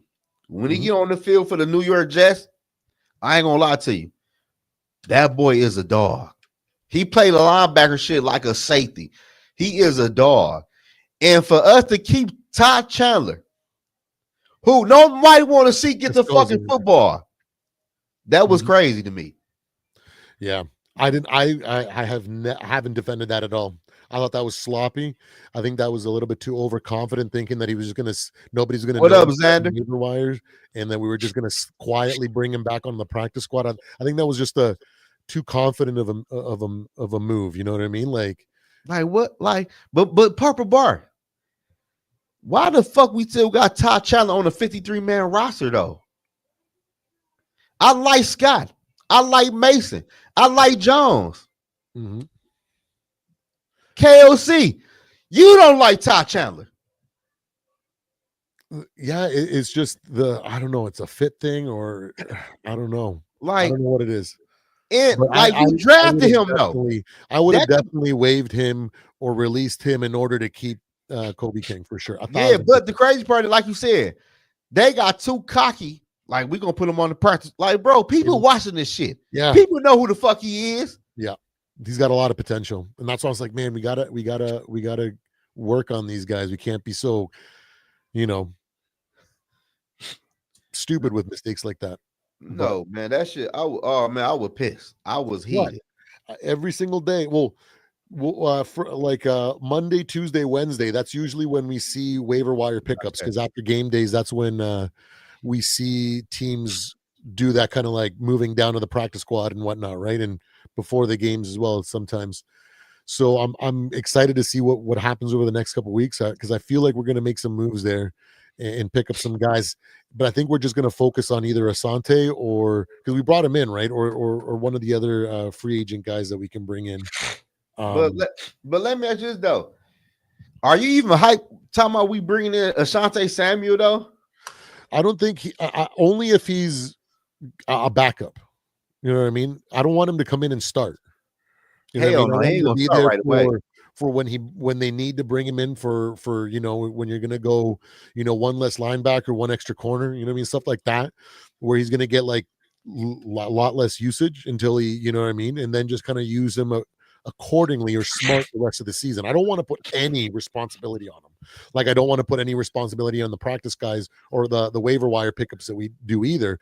I just want them there just in case. You know what I mean? Because we've been hit by the injury bug, and knock on wood, I don't want to see it come back. And my boy Justin said, "I'm not like this man. Like this man left 2 teams, and he ain't signed with nobody, and he got a bad injury he dealing with. I don't know. Like you can get him healthy, but I don't know, man. Like it is what it is. Let's see what we can do probably towards December if we do sign him."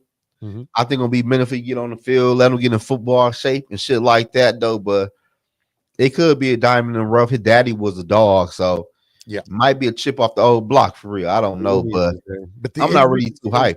That's why I'm like, I don't want to put that usage or workload on him because then if he gets injured again, like we're back to square one. But sporadically, when we need somebody like a little bit of a depth player to come in certain situations, that I'm okay with. You know, if the Vikings signed him today or over the weekend, I'd be cool, but he don't need to play like probably until the end of this month or the beginning of December. He's just got to be homework and getting up to NFL speed and conditioning and stuff, and and working him into the figuring out what he needs to be able to do when they do call on him. No real responsibilities, but like have something with a little bit of depth that might have a little bit higher ceiling than just the regular waiver wire pickup. So I get why people are waiting and not, whatever until those 2 guys are gone. So like, I'm just going to be patient and see what we do. You know what I mean? It looks like the roster that we have is got something, you know what I mean? Like we definitely handled those Lions, right? And you know what the best part about that win? Some people might not like it, but to me, it was awesome because when J-Mo hit that freaking touchdown at the very end of the game, and the Lions fans, go watch, man. I am so petty, dude. I go and I watch like Lions content creators watch parties, and then I just fast forward to the moments where I know they're going to be heartbroken, and I watch them. You know what I mean? Mm-hmm. And when J-Mo scored that touchdown, they were like, "We're going to win the game." Yeah. It's so freaking funny. And then to watch JJ go out there and he throws a back shoulder throw before Jalen Nailor comes out of his break. You know what I mean? Like Jalen Nailor, like when you look at it, he kind of like it almost caught him off guard because he had to get the hands up and catch the ball almost instantly when he looked back for it, and caught it. So like that alone right there, I was like, Sam would have never made that throw. He would have never had the presence of mind to be like, I know that as soon as this happens, I'm going to have one-on-one with Nailor, and they're in press coverage right now. This is the situation where I look off the safeties. I make it seem like I'm going after JJ or Addison. And as soon as I can, I throw to the spot, timing route, perfect to a perfect spot, a perfect throw, back shoulder, and game over. And to watch some of these these watch parties for the Lions when Jalen Nailor made that catch, it's so good, dude. And then also too, I keep thinking, what would have happened if Sam would have turned to hand the ball over to Mason, and then Mason went the other way? Or I don't know who was at fault there, whether it was JJ or Mason, but regardless, if a mistake like that happens by Sam, what do you think Sam does in that situation? He panics, he looks around and look for a check down, and then he takes a sack, and then we're in 3rd and 13 or some bullshit, you know what I mean? And then we probably mess it up or have to go on 4th down and potentially end up giving them good field position, or at the best case scenario, give them enough time for them to actually come back and win the game, because we were only up 3 points at that point, right? Yeah, with a minute something left. Right? So just to watch the freaking the heartbreak in that moment was incredible. To see a freaking victory formation, all because of our young man knew what to do and made the right choice, not the ego play like Sam would have done. So beautiful, dude. I just can't wait for him to develop and get But better and become more efficient, man. It's gonna but be awesome. like I got another problem too, though, man. Like my problem with the Vikings, though, Purple Bar.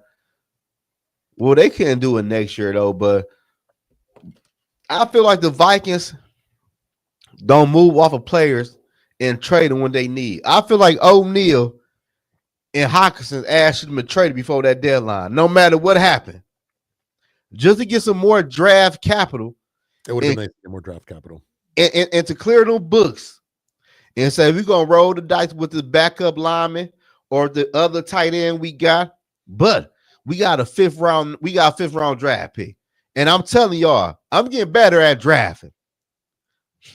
I'm gonna find us a diamond. Like, to me, you get your diamonds in the dirt after the 4th round. To me, that's when you can draft. When you get dogs in the 4th round and beyond, that's when you was a dog ass motherfucking GM or some shit.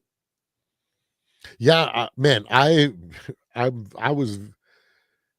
definitely want more draft capital, because I'm like, if we can get 15 picks for Kwesi, we might actually get like 3 or 4 hits, and that's something, you know, instead of just one hit, you know, like potentially. But like we getting the draft capital though, Purple Bar, and we clearing the books. Yeah, at the end of the day, O'Neal not getting no younger. I know people like O'Neal, he good though, but to me, yeah, I'd rather get something than nothing. I don't want to also suffer the decline when he starts actually becoming backup level, you know what I mean? And then crap, we should have drafted someone. I'm gonna say this though. Situation. Yeah, I'm gonna tell you this. Another team I like, and I like the way they move. The Seattle Seahawks. They moved off Geno Smith. Not look at Geno Smith. They moved off of DK. And the Seattle Seahawks passing game ain't missing a beat. JSN has a big deal. That kid is something special. I'm just saying though. But Purple Bar, how many teams would have did some shit like that? Not a lot. Not a lot. The way that like us as Vikings fans, we don't want to trade motherfucking Jordan Addison. Yeah, it's a slippery slope too, because I know that the thing, a lot of people are like, well, then there's other examples of teams where they do that and then they become worse and then they struggle as a result, right? Like Tennessee Club, they drafted the wrong fucking receiver. Like Tennessee, just say Tennessee name. I know you would. Just say Tennessee. Shit. I feel you though. I feel you though, but I like being a proactive. Me too. Yeah, that's what I like though. Wanted more draft picks for sure. I would have been happy moving on with strategic players to get more draft capital for sure, because we need to get younger if we want to make the best out of this JJ McCarthy era. Because I think that for the rest of the season, I think he's going to prove that he's him. That's the guy that we need to roll with over the next few years, and then let it go. But we also need to build a solid young team around him. We need speed. We need youth. We need athleticism. Experience is great. I get it. I love having wily vets and stuff like that can do things like Blake Cashman with his high IQ, with freaking Harrison Smith. But at the same time, sometimes athleticism, speed, being a dog trumps having experience, because you can have the experience all in the world, but if you can't make that freaking tackle, if you don't have the speed anymore to cut off that run, it don't matter how good you are. So how much knowledge you have. So can I ask you a question? I want to get younger. I want to ask you this though.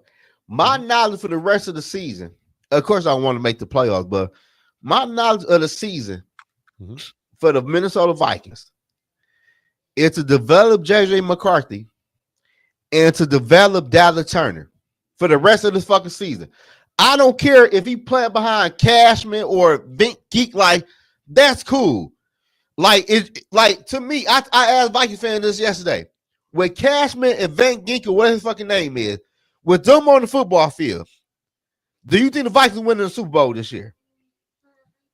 I didn't think we had an actual Super Bowl playoff run into us, because I didn't anticipate us to. I thought we would struggle enough that we No, wouldn't have a playoff position that would actually make it easy for us to make a Super Bowl run. You know what I mean? no, I'm saying, So, but that's what I'm saying. We need to develop Dallas Turner and JJ McCarthy. but We need to develop new players. I 1,000% agree. But I think I've been watching Dallas Turner. I know this last game he didn't play as much as we needed to, No, as he needed to, but before that, he's been playing really well. The things that he doesn't show up on the stat sheets. see, I don't see He's more me, and more reminding me of freaking Barr, man. Anthony see. Barr. Listen, no, I won't go that far. I won't go that far. Like, he hasn't become Barr yet, but Barr was similar. That some games he just wouldn't have a lot of stuff on the stat sheet, but he did a lot of stuff that really helped. He was a glue guy more than a stat stuffer. You know what I mean? Right. So sometimes you need to have glue guys, and I feel like that might be what he's becoming. But I really want to see him now that he's getting more acclimated to really start taking advantage of his potential. I agree. I want him to develop. So so another question. I told people in the chat yesterday, like, to me, the Vikings defense all game long needs to run a quarterback spy on Lamar Jackson, and the person who should do the quarterback spy is Dallas Turner. Dallas Turner, because he's fast. Right, but people telling me, oh, if you use Dallas Turner, you taking Ivan Pace or Cashman off the field. I said, I don't give a fuck about them. It would be Pace. He would be out there, and then we'd have Wilson and Cashman out there at the same time, and he would be on spy, and that would work just the same, because what we do with the same situation when Pace is out there, those guys make sure everything, even if Pace misses, that they still cover the mistake up, right? So if we don't have Pace out there, then we can just assign Dallas to the spy position, and he's got the athleticism to run down a quarterback and do all the things that we need him to do in that situation, right? Man, so I think that works. I like that idea. Delton is tough. Delton don't like nobody. He said Anthony Barr sucks. Turner is better than him, and I'm saying, like, that's crazy take. That's Delton. Anthony Barr had a lot of moments here in Minnesota, bro. Like, he did. Like, but he was a glue guy. He wasn't like superstar, wasn't all pro, but like sometimes. But I tell you what though, right or wrong, when you watch Anthony Barr on some plays, he jumped off the TV screen. Yes, that's all I'm asking for. And then in the Steelers game, Dallas Turner was the reason why we had a couple 3-and-outs, at least one 3-and-out. He's got that same big play ability and be able to kind of put a wrench into things, but then he goes back to doing what they want him to do. You know what I mean? Man, listen, it's weird. Maybe he'll get. Man, Anthony Barr is him. Anthony Barr is the reason you can't put your pressure on quarterbacks when you sacking their ass. Put some respect on Anthony Barr's name, man. Broken collarbone. Yes. Who made that rule up? Anthony Barr. Oh man. I don't like injuries at all, but you know, when the boogeyman was at his prime there, I was just happy that he was just gone. Man, but Anthony Barr was the reason for that rule. Yeah, absolutely. Yeah. Like, come on, Anthony Barr was decent. And that's the reason. If it wasn't for Barr, freaking Aiden Hutchinson wouldn't have gotten that freaking roughing the passer, or was it? It wasn't roughing, it was unsports, or no? Hey, that was crazy. Was it what's the one where you're too aggressive or whatever? That one. That was a crazy feeling. The thing is, Kendrick was great because he was a glue guy and also he filled the stat sheets up. A lot of tackles for loss, a lot of just tackling in general. He did all the right stuff. He did all the highlight stuff and was an all-pro, but also was smart enough to drop and do the things that needed to be done in that moment, and wouldn't care that he was getting the stats on the sheet in that moment because he knew what needed to be done. But Purple Barr, I will say this: Kendrick and Anthony Barr was a good duo. Oh yeah, I really like those. I liked them. I was a big fan. Man, what that linebacker duo was crazy. Yeah, absolutely. Like, I don't know. People like he said that with Jack Campbell, I believe. It was one of the fucking Lions players. That was I agree with the penalty. That penalty was crazy. But that penalty because of Anthony Barr. In the when was it Jack Campbell? I thought it was Hutchinson, where it looked like the reason why they gave him that because it just looked like a normal tackle right after he released. I was like, well, okay, but the thing is that it looked like he had his shoulder into him, so it looked like he like kind of dropped in on him, and it was like flag. You know what I mean? I was like, hey, I'll take that. He said Anthony Barr never had over 5 tackles in a year. Okay, but Anthony Barr played good, Delton. Like, you want everybody to be Ray Lewis or Greenway. EJ, like EJ and Greenway was better. Remember that duo? Oh, I missed that. Who was better though? Wilson. Who was a better duo? You think out there? Oof. But look, hold on, wait. Greenway Henderson played with the Williams brother, didn't they? I can't remember. I only remember the big names. Hey, Chet. ATM. Didn't Greenway EJ play with the fucking Williams brothers at them D tackle spot? So that's kind of bold. Cause we had that William wall for a minute. Mm-hmm. Y'all know about that William. Oh, yes, yeah. Yes, I remember now. That was that. That was them at the linebacker spot, right? It would have been nice if we got a Winfield. So, okay, so you gonna compare Anthony Barr and Kendricks to some linebackers who played with the Williams wall. What wall did fucking hit Kendrick and Barr had? Man, they were nice. Oh, man. Like, y'all Vikings fan gotta stop that shit. They both were nice. This thing, man, about the old days. Oh, it's so much fun. Oh man. Maybe here's a little bit of a half Vikings, half rest of the league kind of question. To me, this season proved to me that Derrick Henry is not like Adrian Peterson. Because as soon as he started seeing 7, 8, 9, 10 in the box, he did nothing. Adrian Peterson had 10 in the box almost every freaking play, and he would still bust out for freaking. You right though. Massive run. But you right, but Purple Bar, I ain't gonna lie though. I won't be real with you. I love AP. And I don't know what they numbers looking like overall though, but AP fumbled too much for me though, bro. I ain't gonna lie. But so does Derrick Henry. But this now though. How old is Derrick Henry now? What? Yeah, but man, Adrian Peterson been fumbling forever, bro. Like, how old was AP 09? He wasn't that damn old. But sometimes when you have a freaking a muscle car or a Ferrari, sometimes you accidentally hit the gas a little bit too hard and you go sideways, man. Purple Bar. The number one rule at the running back spot, bro, is hold on to the loaf of bread. Like this man fumbled. Like, did he fumble twice against the New Orleans Saints in 09? Yeah, I know. But you know what? Even me. We all blame Brett Favre for that loss. I blame Sean Payton, because if they didn't if Bounty Gate didn't get him all those extra wins, they probably would have made that playoffs, and the seeding would have been completely different, and that would have never happened. No, I feel I don't know who would have won that season, but that was massive. But overall though, fuck the Bounty shit. I blame that shit on AP got 80% of the shit. Brett Favre got fucking 20%. Cause AP fumbled a lot. Didn't he fumble in the end zone? Bro, there's been so yes, man.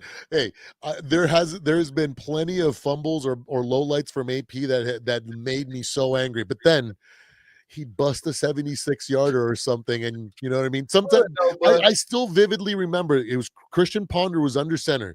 It was like a 3rd and 24, and they call a freaking draw play. And freaking Adrian Peterson runs for like 25 yards in the first down. I was like, who else can do that? You know what I mean? AP a dog though, but I ain't gonna lie, Purple Bar. He fumbled too much for me. I ain't gonna lie. That fumble shit, that shit blew me though. Like, like if AP get 25 carries, expect 2 fumble losses. For real. I don't know if it was that bad. He had a high fumble rate. I will agree. Well, it probably wasn't that bad though, but it was bad. At least okay, let's say this. If he get 50 carries in 2 games, he probably had 2 or 3 fumble losses in 2 games. Definitely. And Jerry Allen played with the motherfucking Williams brothers. And Kendrick, and like, come on, y'all. Like, That conversation over with. But I missed that. That is my golden era though. So like I missed that, man. Freaking Visante Shanko at tight end. You know what I mean? Like Hey, that day. Oh man. hey, I'm gonna tell you this player though, bro. You know who I liked it, but I ain't like, but I like. What was that cornerback? His name was Cook. You know Cook, bro. The cornerback. The cornerback. Wait. Cook. What was his name, y'all? I don't remember. You remember Cook, man? Hold on, let me look this up. Hey, what was Cook name, y'all? The Chris Cook.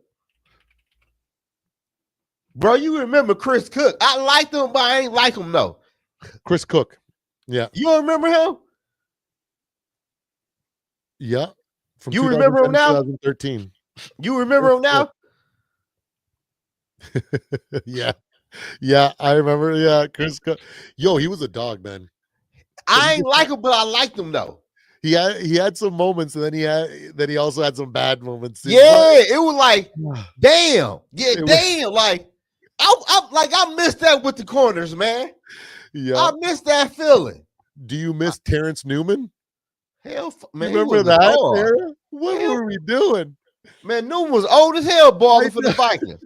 I know. We need to bring him back. He needs to be a defensive assistant.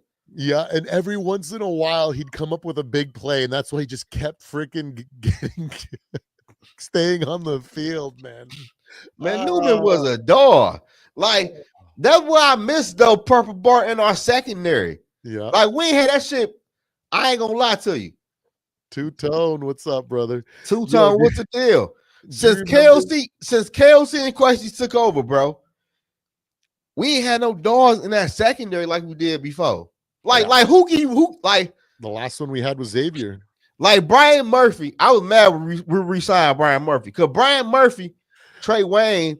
I like the Trey Wayne. He was up and down though. Yeah, he was streaky. He was feast for sure. But the corner we got now, I don't get that from him. It's just always down. Like, even though we win, I don't get that moment. Oh, Antoine Winfield was a dog. Oh, yeah. I miss him, man. I really wish we could have got him. Like, man, if we could have somehow worked that out so we could draft him, that would have been incredible just for the legacy. And he's a freaking hell of a player, man. He's a hell of a player. Yeah. But, man, oh, man. Lucas, you wish, buddy. You don't got Superman. Did you watch the press conference for Lamar Jackson this week? He said, I'm cautious. I'm only doing what I need to do. You need Superman to beat us this week, and he ain't gonna. You know why? Because if he runs and he sprints and he re-aggravates that hamstring, your season's over, brother. If he takes off for a run and takes a bad hit and he gets injured, your season's over. So he's gonna be a freaking pocket passer this weekend, and it's not gonna be until the games are actually on the line for you guys to make the playoffs. Because you guys can still lose one, maybe two games and still make the playoffs, but it's not gonna. You a Ravens fan? Yeah, for sure. I think so. I don't know. Like the Ravens, like I told people, when Derrick Henry get the football Purple Bar, guess what I want people to do? I want one person tackling the ass and the other person reaching for the football. Every time you get the football, every time you get the football, I want two people, one person tackling and reach for the football. Lucas, he is never going to be an elite pocket passer. He doesn't have the accuracy for it. The reason why you think he's a good pocket passer is because of your offensive coordinator and how they scheme up plays and draw up their plays. Because I guarantee you, if you've been watching Lamar Jackson, go count all the snaps, and every single time he's thrown a back shoulder. I guarantee you he hasn't thrown more than 5 in his entire career. How many times has he thrown into coverage? He doesn't. He just doesn't. But I will say this, Purple Bar, though. Freaking Andrews. But I will say this about Purple Bar. I will say this though, as I'm looking at the Ravens, and Lamar can kill you different ways. But if you look at the Ravens offense, like who scared you at the wide receiver spot? They don't have no wide receivers for real. The Ravens once again have one of the worst offenses weapons in the fucking AFC. And at best right now, their defense is like 20th in the league after their new acquisitions.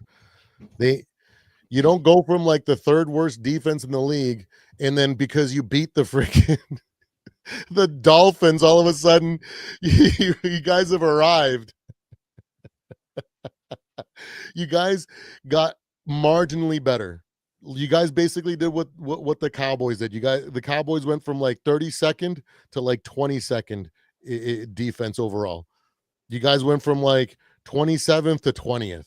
That's nothing to be afraid of. It's not going to be even an afterthought. Not to mention that we have one of the best home field advantages in the league. So man, go watch your plays and go count how many times Lamar Jackson throws a back shoulder a pass in a season. I'm telling you, he hasn't thrown. I'm a Lamar fan because I understand what he is, and I've watched every single snap of that man's career. He literally has thrown like 5 back shoulder throws. He doesn't lead receivers. He doesn't throw into double coverage.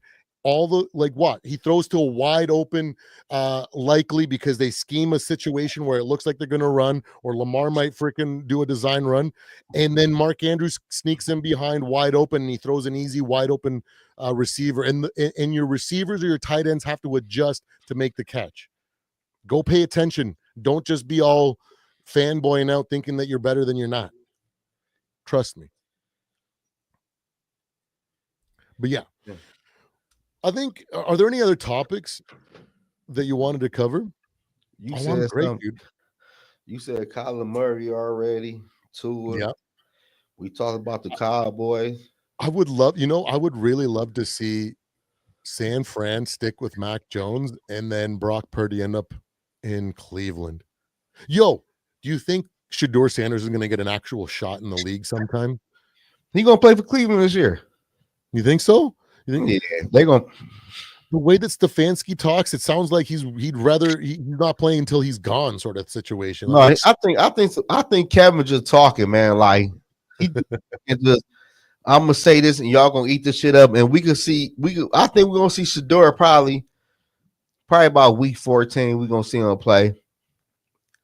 Because at the very end, when it doesn't matter, you gotta see what you like. Let's say week 4. Let's say whatever week he get in. He looked like he know what he's doing. He been looking better than, like, to me personally, I wasn't a Dylan Gabriel fan when he was in college. I thought he was ass. To me, Shedeur Sanders is a better thrower. And the Cleveland Browns got a nice offense. The only thing that makes sense to me is that they don't want to like put him out there and then him not perform well enough. And then all of a sudden, any trade potential or trade value that they might think they have is just gone. You ain't got no trade value now, though. But I think they do. You know what I mean? It's like another 5th round pick. They don't know what they're doing. So yeah, they don't. Like, to me, it's Shedeur now playing by week 14. I know he just settled the field there though. And at this point, what's the point of even drafting him? Yeah, and y'all need a quarterback on the rookie deal because Deshaun eating up a lot of money. Still for another year or 2, right? So about 2 or 3, probably about 2 for real. Yeah, but at the end of the day, though, he should have started. He should. Cleveland don't know shit. Like, they gave up on Baker Mayfield for whatever reason. Yeah, they don't know what they're doing. No, they don't. Like, why do y'all? I don't know why they even traded Baker Mayfield. Mm-hmm. Well, it's because they don't have a. They're a franchise that is just okay with mediocrity.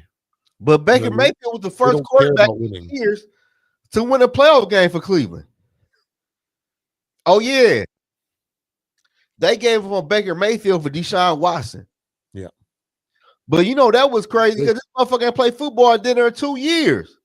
Yeah, it just goes to show how like brain dead and backwards they think. They just don't have I honestly think that the Browns are not going to become a good team until the team gets sold and relocated. Like, they need a whole new front office. They need a whole new owner. They need a new president of operations. They need football operations. They need a new GM. They need a new head coach. They literally need everything. The players, they have talent.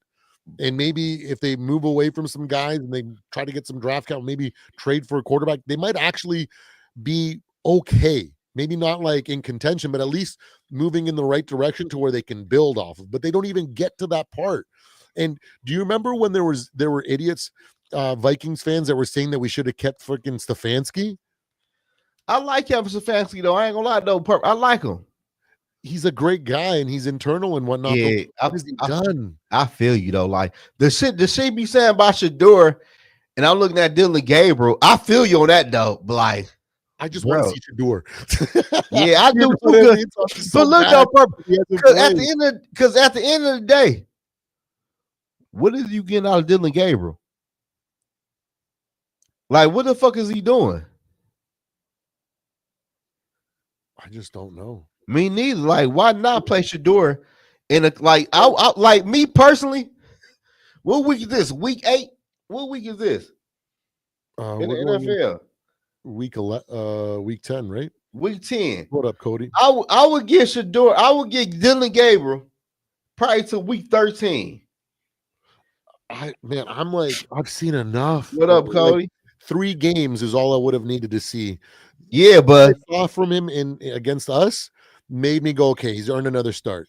The next week when it was that bad, I was like, okay, we can't make him throw 50 plus times. That's not a rest. Let's see what he can do in the third. Let's see if we can follow a game plan. And at that point, I would have been like, Shedeur. Yeah, that's what I said. I would get Dylan Gabriel 3 more games just to see what he can do. But after that, it's a quarterback change, bro. Like, you not giving me no up. You not giving me shit to work with, to go to bat with. Like, I can't go to the GM and say I want to play him because he you ain't doing shit. Mm-hmm. You playing scared and safe. I'm not seeing no wild plays. I don't think he even scrambled with the fucking football. That's what I'm saying. It just does. That's why I'm like, I don't see any upside. I don't see any reason to keep going with Dylan. I've literally seen enough. Like, he usually look at Jackson Dart, right? Look at other look at Spencer Rattler. Right. You know, Spencer Rattler last year, not this year. Remember when he started last year for the first time? But he never would, like, from day one, you could see that he was doing the right things. He just wasn't up to speed. But I would say that from Dylan. I would say in college though, Spencer was a bad. Like to me, Dylan Gabriel was a good college quarterback.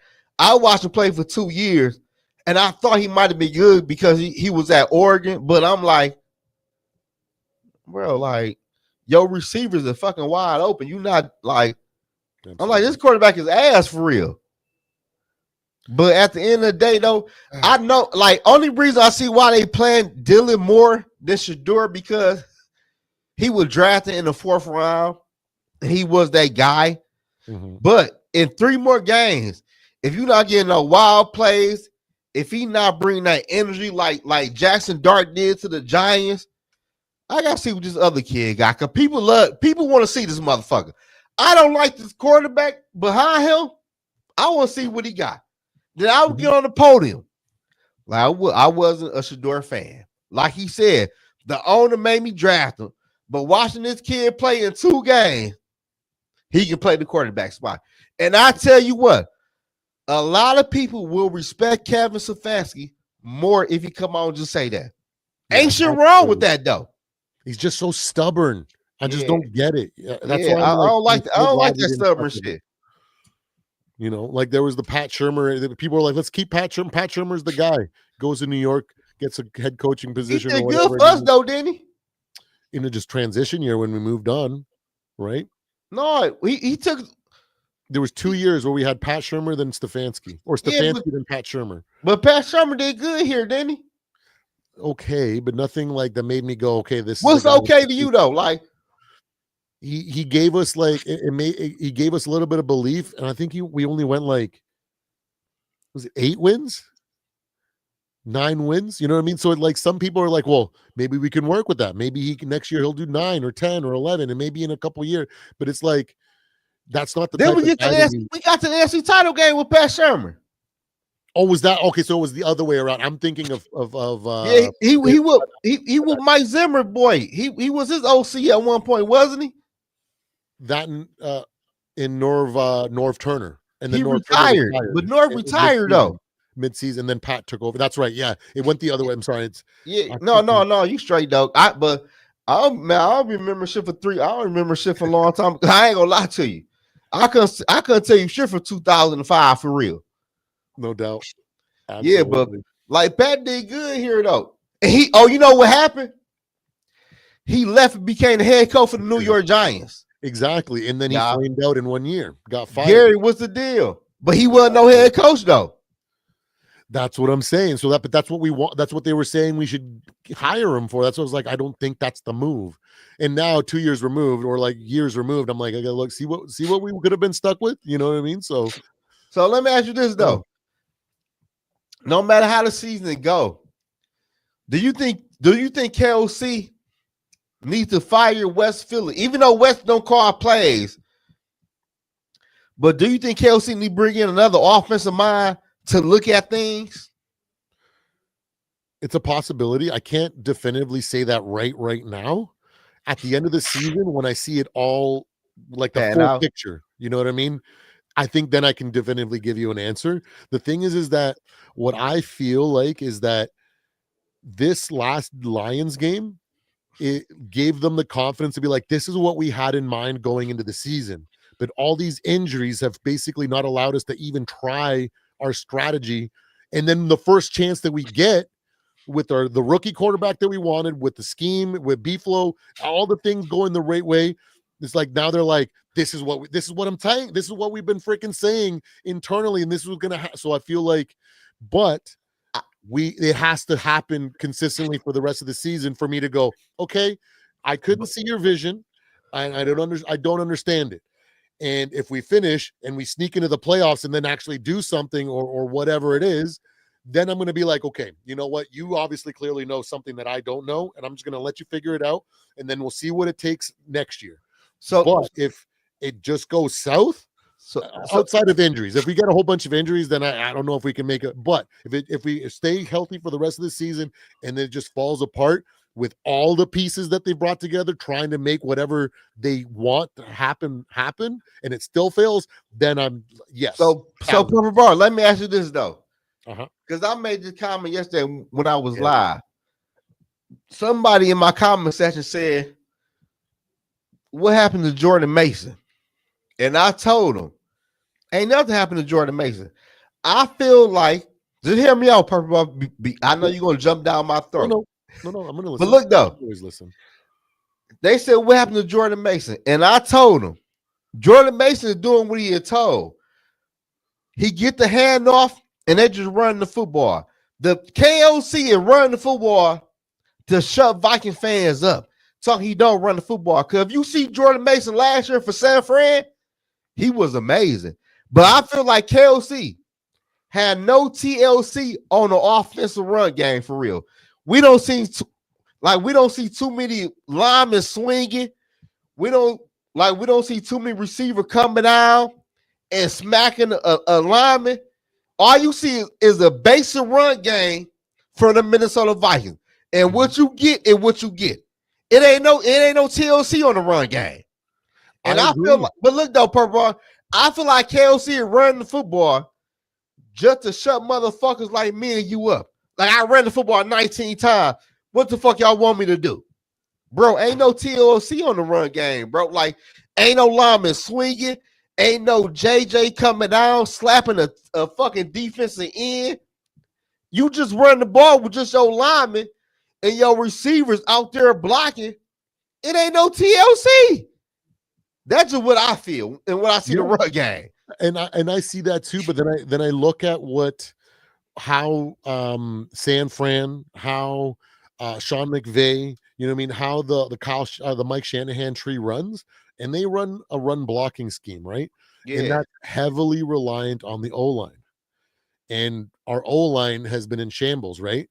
So if we got backups in there for most of the season, they're not going to be able to execute the zone blocking system like the 49ers do, right? The 49ers have a solid O-line, and they haven't had injuries at the O-line. Same with the Rams, you know what I mean? Their O-lines are freaking solid.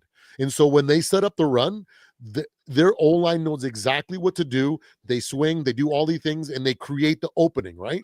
But when we got an O-line that's basically patchwork, a center that's learning how to play center, how is he supposed to learn how to play center and then learn how to run block in this specific style of system, right? So, because if you remember, when we had Dalvin Cook, and we had a good O-line that season, Dalvin ran the ball hard, and he actually was effective. And then the year after and the year after that, we've just been plagued with O-line injuries.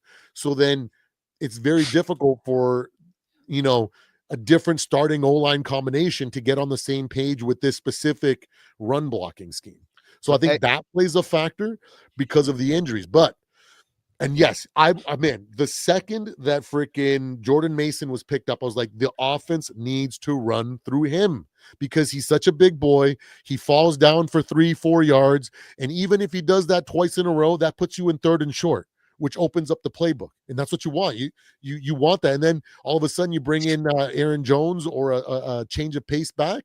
And then you got something, right? And that's what Sean McVay does. That's what Kyle Shanahan does. That's what Mike Shanahan used to do, right? That's why Mike Shanahan used to be able to run the ball with literally anybody. If in my prime, I could have ran for 1,000 yards in Mike Shanahan's system. You know what I mean? Because the Rome block, the system is designed to make anyone look good. We haven't had the O-line, so that I think that plays a factor. But there is some of just like we're just running to shut people up. That's just me looking at it though. But hey, can you pull up Gary comment real quick so we can speak on this? Sorry, I missed that. Gary, yeah.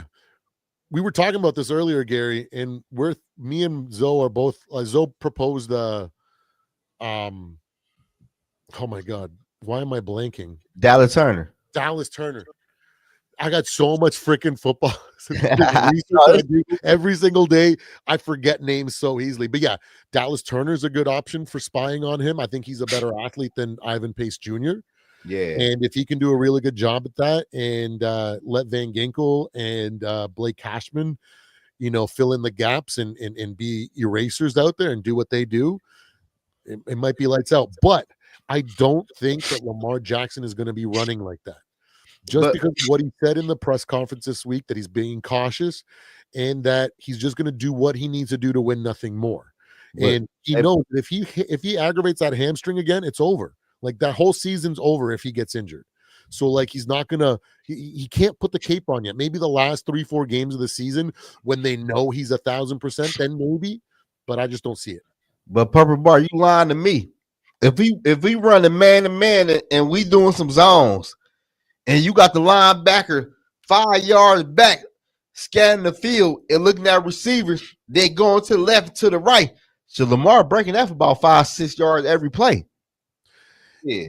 But he had those opportunities last week against the Dolphins, and he didn't take them. Guess what you scrambled the throw. Guess who you said? He had 5 rushing attempts last week. Guess who? The Dolphins. But say that again. Say that again. I know, but that's what. So why are people hyping Lamar up in them like it's something that they've done that's special, bro? That because the Dolphins is fucking hot garbage. Yeah, but my point is that there were plenty of times when Lamar had a clear running path and he chose not to take it because he's too scared to get injured. And you know what crazy, Purple? Now look, I'm gonna show you something real quick. I want to get this shit pull up though. You know what's crazy, Purple Bar? Mm-hmm. I told my cousin, because we did a parlay, and he had Lamar Jackson over 45 rushing yards, right? And I told him, like, I don't think Lamar gonna run against them. Guess what he told me? That's all he know. I said, I don't know, bro. He didn't look like it last. Like he resisted. You ain't gotta run. You ain't gotta run against them. No, but the thing is that he had the opportunities and he. But look at that. No, I believe you. Yeah, no, like I just want. We can't. Damn. But like before that game, I said when I was on the Real to Sports podcast, I said I don't think Lamar is going to run like that. I think he's going to be conservative, and I think he's going to protect himself because he doesn't want to re-aggravate. And the proof is in the he had 5 attempts, right? And for how many yards did he have? Like 37 or something. But yeah, you guys went at it, eh? Yeah. I said, Lamar, if you could see that, it says, boy, please, that's all he know.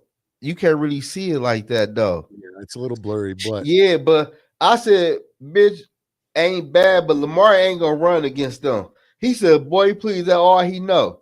I said, I don't know. You ain't gotta really run to beat the Dolphins. And get after that game, guess what, Purple Bar? He said, if I would listen to you, I'd have won my parlay. He ain't even run. I said, you ain't got to against the Dolphins. They ass. But also remember that Dolphins defense is trash. Ours is a top 10 defense. They have a bottom 10 defense. So exactly. That's why you ain't got to do extra against the Dolphins. Exactly. Like Tua gonna give you 2-3 interceptions. Mm-hmm. They gonna punt the ball a lot. You ain't gotta do shit. You coming off an injury, you ain't gotta do shit against them. That's why I took Lamar ass under the fucking unders on that game. I said he ain't gonna run against them. Gary asked a good question here. He's like, how do we end up? I broke it down in my preview, but essentially it's going to be it has to, the way that we're designed to win games, everybody has to do their part, because as soon as something doesn't work, if our offense doesn't have the time of possession to allow our defense to stay rested during the game, they break. Right? If the defense doesn't play well and give chances for our offense to do something and bring games back or take leads, then we fail. If the special teams is only coming up with small returns and we're always starting at the 20-yard, 25, 30-yard line, it makes it harder. But when we work together on all three phases together, everything amplifies each other.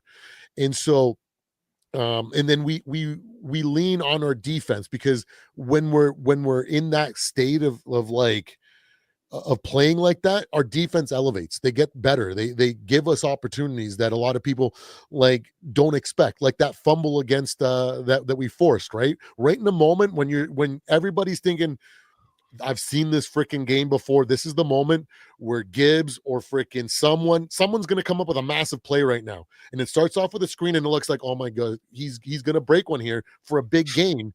And we force the fumble, right? And it's everything working together. And then on top of that, the fact that we have home field advantage. And so last week, Peter Schrager, I played a clip on my thing on my live today, where Peter Schrager was talking to all the Vikings people in the building. Was like, what has JJ been doing this entire time that he hasn't been able to practice? And he said he's been sitting there basically simulating all the pre-snap stuff and all the snap stuff, couldn't do anything else. And guess what happened as a result? We got 0 false starts, and he basically had a perfect game that way. No, he was extremely disciplined. So if we can continue that, be extremely disciplined at the beginning of the game, and then allow home field advantage,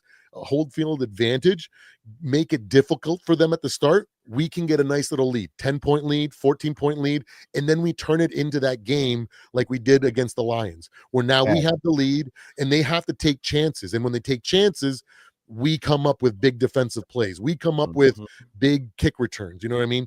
And it has to be a total team effort.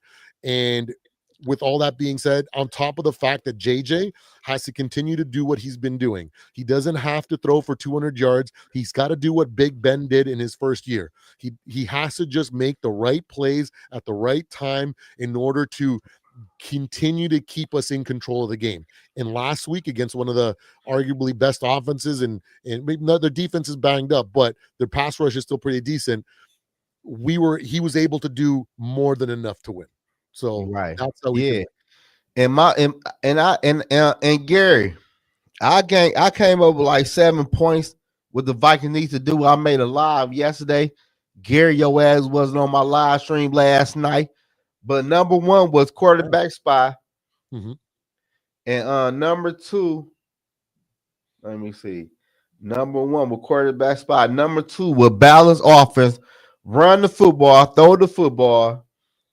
And number 3 was game tackle. When one person tackled Derrick Henry, somebody else reached for the football, because Derrick Henry will fumble the football. Yeah, that's another factor too that I said our defense is gonna have to come up with a defensive turnover for sure.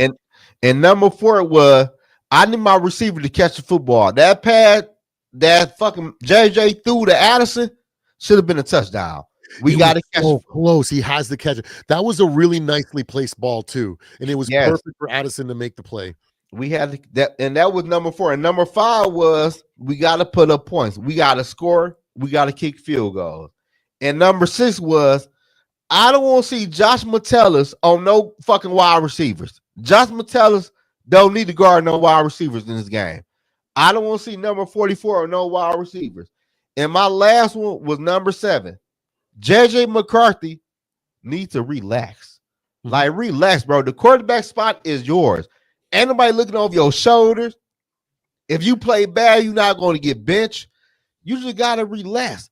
Because JJ McCarthy in college was one of the best quarterbacks throwing football on the run. Yeah. Now, he is inaccurate throwing football on the run. So he got to calm down. He might need to take a Percocet or whatever the case might be to calm his ass down. But JJ just need to calm down and do what you've been doing forever. If JJ do what he's been doing forever since he's been playing football, the Vikings is in good hands. Yeah. Fuck what KLC talking about. Fuck what the offense coordinator talking about. Just play your ball, bro. When you on the run with the football, throw that easy lob. Throw that easy bullet. Run with the football.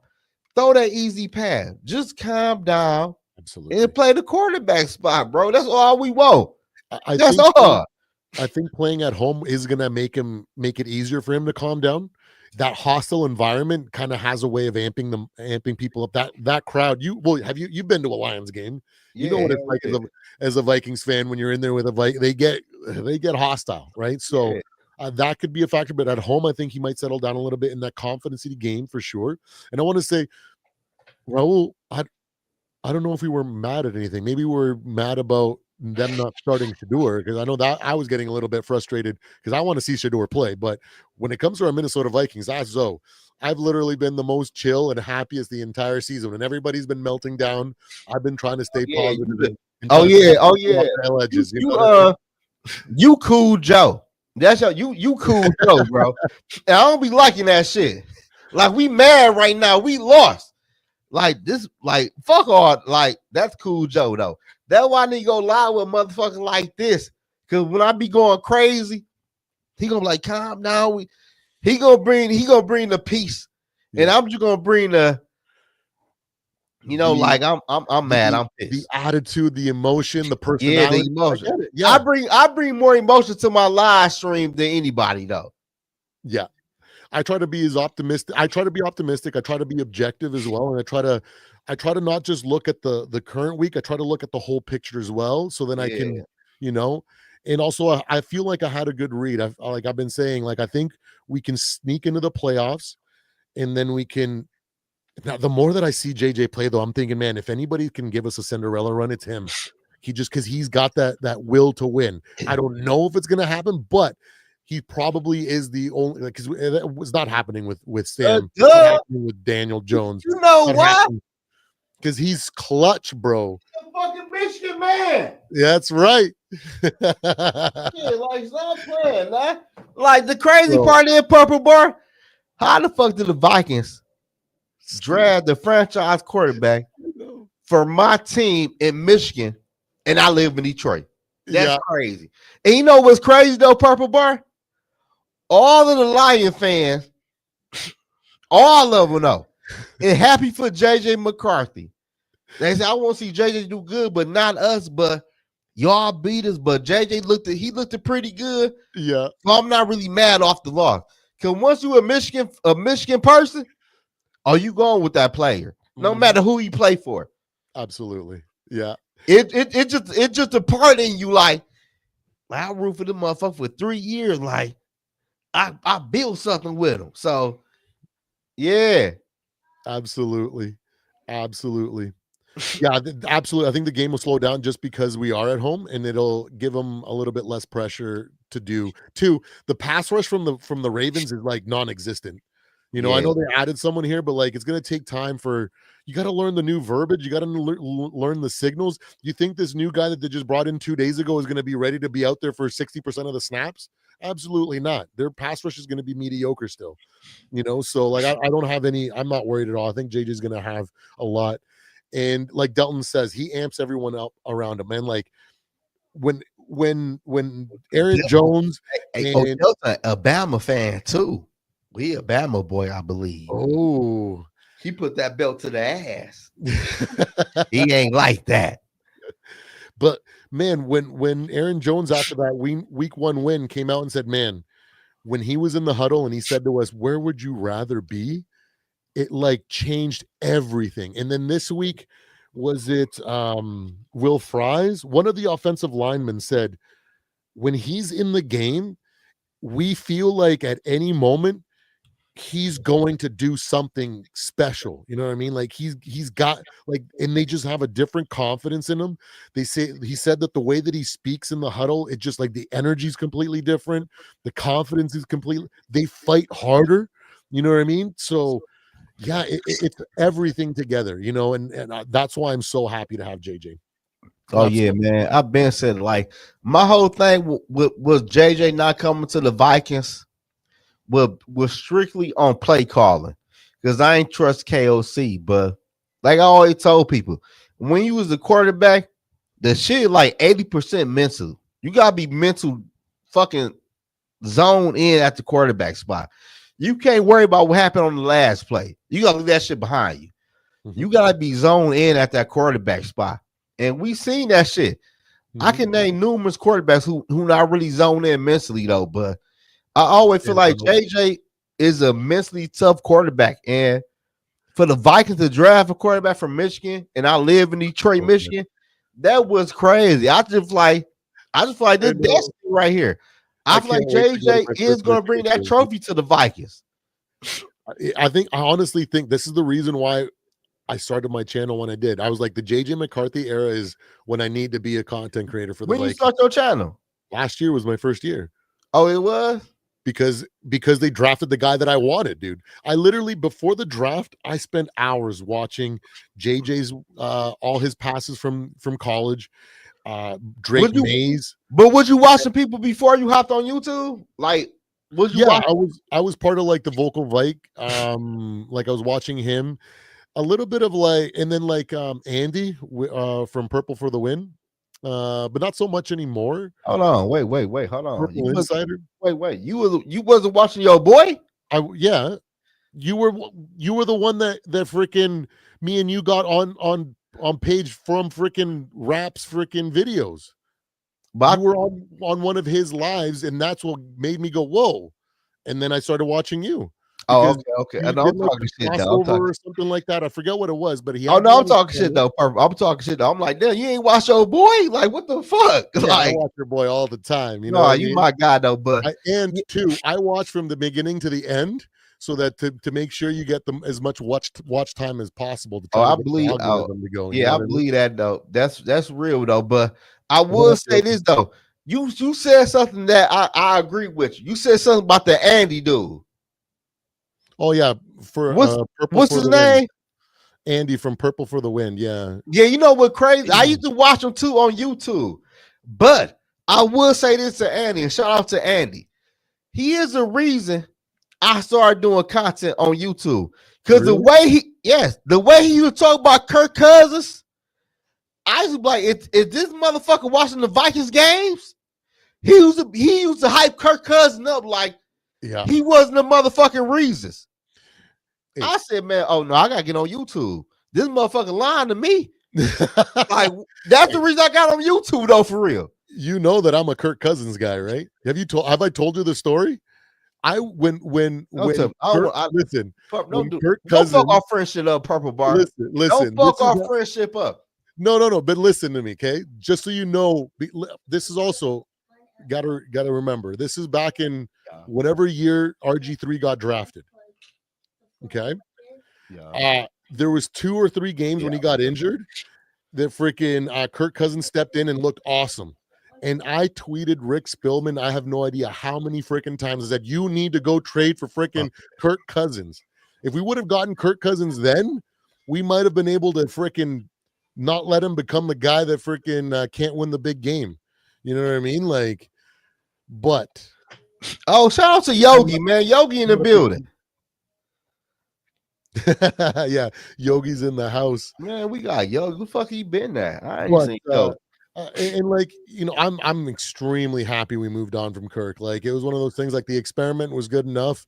It just to me, it just happened way too late. I would have liked for him to get him when he was a rookie, so we can develop him better or something like that. But yeah, I like what we got though. That's all that matters. Yeah, he's super like Andy is super positive about the, and I don't like that shit. I want you. I want you to get on the bitch and just keep it real. Like me personally, when he was talking about the Kirk Cousins shit, I said, "Oh no, I gotta make me a channel." This motherfucker got like 40,000 fucking subscribers, and he ain't telling people shit but nothing but lies. Man, Kirk ain't about to do shit for the Vikings. Man, I got on YouTube probably about a year and a half later. There you go. Absolutely. No, man, I'm with you. Like, it was fun while it lasted, but I'm happy that we were smart enough to move on from him when it was the right time. Because imagine had we kept him and then had him come out here freaking with that non-existent Achilles and just made us look terrible, like he made the Falcons look. Oh, dude, that would have been torture, man. That would have killed me for sure. Yeah. Like, up until after year one of KOC almost broke me too. That was during that time I used to be very, very emotional and angry and not positive whatsoever, because I was ready to win and I thought we were going to do much better than we did. But once we drafted JJ, that's when I was like, oh, okay, this is the time to be patient, and then let's be objective, and then let's just be happy with what we got and then move forward, because that's in the past. No need to be angry anymore. Let's just hype up our boys, Move on. I love JJ, man. Yogi said he just got home. Is you going live tonight, Yogi? Like, you ain't been live in years. Like, do you even drop content anymore, my boy? Probably on his other channels, right? Because he's got a couple other channels. Like, we need Fat Boy Yogi to go live tonight, man. Bring that live back tonight. Maybe we do it tomorrow night. Bring back that one of those old school. Bring that bitch back tonight. Bring that bitch back tonight at 9 o'clock. I just got girlfriend duties here soon, so I feel you. Yeah, you know what I mean. So I have to take care of business. So if you know what I mean. Yeah, I feel you on that one though, for sure. Facts. Absolutely. But man, I love talking football with you, bro. It's so much fun. We literally just talked for 2 hours and 17 minutes and it felt like 25 minutes, bro. Yeah, that shit went by. Don't have watch party sat. He said watch Sunday? Party Saturday. Man, let's do it. I'm down. Hell yeah. The thing is that I mix in a little bit of positivity and optimism, but I try to be as objective and as real as possible at the same time. Yeah, no, you ain't shit like dog though. You ain't shit like dog. Dog will sell his whole dream like JJ about to take the Vikings to the Super Bowl this year, and look how he like what the like that, like hold on now, hold the fuck up. I just want him to get at the very least one playoff game experience, because I think that's going to help so much for his development and accelerate what we're going to do next year and the year after. Because I'm banking on the future. I don't want to just sell out and screw up like we always do. You know what I mean? I want us to build properly and grow the right way. That's why I want to get younger. That's why I want to get as many draft picks as possible. That's why I want to have the cap as low as possible, so that we can actually build the right way, because this is really the first time we've ever actually tried to build the right way. You know what I mean? So with a franchise, with a lottery pick quarterback, right? So that's why I'm like, let's just do it right. Even though we've never done it before, that's why we are messing up a bunch in different areas with drafts, with free agency pickups and stuff like that. But if we don't make those mistakes, we're never going to learn from them, right? So we can't keep reverting and trying to do the old things that haven't worked. We got to keep focused and pushing towards the new stuff, because that might actually get us the win. We can't just be freaking doing the same freaking crap, bringing in an old vet that's going to put us over the top, or sign some free agent guys that are going to make the difference, and then just be depressed at the end of the season when Sam Darnold freaking craps the bed again. You know what I mean? Like, or Daniel You're Jones. right though, but I just can't stand that. I can't take that anymore. That will make me snap. But one thing I can say, you is right. I would love for JJ to get some playoff experience because the playoffs is way faster than a regular NFL game, and he needs to see that. Yeah. So I agree with you on that. And then to go back to because you were talking about how he has to settle down, and because he was missing typical throws that he made in college on the run. Now that might have to play with the speed of the NFL, right? Because wide receivers at the NFL are going to be faster than at the college level. So if he's anticipating to be somewhere and he's throwing them a little bit behind, is because he's not used to that, maybe. Yeah, but he hasn't been practicing with them. But hopefully he settles in and adjusts. But by me looking at him, I don't think it's that though. I just feel like it could be that though, because all the passes really been behind. Slightly behind. Not like that here. It's like just a little bit too behind. You know? And you already run it already. Now you gotta. I feel like he gotta get better with. So you could be right with that though, because he gotta get better with that. And I think it's gonna come. I think the last. Like I said, that's why I circled the last third of the season in my pre-season kind of like analysis. As I wrote down games 7, 8, and 9 were the games that I think I didn't write it down. I just circled it. So I can't remember why I circled it, but I'm thinking my reasoning was like the growth and development was up until the bye, and then the next 3 games are going to be like getting it right, getting it on the right track, and then the last third is going to be what we imagine this team to be. You know, and that's why I'm like, I just hope we get to the last third of the season and I'm right about that, because if that happens and we freaking finished really, really strong, I'm going to be like, the season's going to end and I'm like, I want September now. I want to see, I want to see next year. I haven't felt like this in a long time, bro, about this Minnesota Vikings team. I feel you. So that's why I'm just super excited. But yeah, I got 5 minutes here before I got to get ready and head out here. Are there any other questions, any other topics? Thanks everybody for joining in the live that's tapped in, asked some questions. Just been awesome. You know what I mean? Even you Ravens fans, I don't mind you. I know that you're just not informed enough and you're just living in delusion. So I get it. You know what I mean? Like, but you know, if we beat the Dolphins last week, I might be the one saying like, "Oh, we're gonna go to the Super Bowl too." Right? Yeah, the Dolphins. That would. Imagine. I don't take shit from that game. Imagine beating the Dolphins and like every mainstream media pundit is like, "Oh, the Ravens have fixed their defense. Everything is fixed now." And I'm like, "What? The Dolphins can do that for you? Yeah. Okay. Line them up for us next week then." Yeah. But you know what I mean? It's a good time, man. I really enjoyed freaking rocking with you guys. Thank you so much for anything. Any last words before we end the live, Mr. Zoe?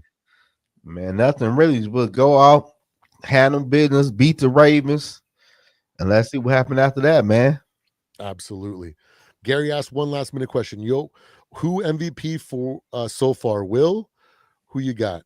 For our team or in the NFL? If it's for our team, for me, I said this early in the live. To me, I think it's Carson Wentz, and it's not for his stats or what he's done. It's how he shielded and put up his health to make sure that we made it to the point where JJ was healthy and we didn't allow Max Brosmer to get injured in that time frame. He sacrifices his freaking health, and he was a shield for our young guys and helped us get to this point.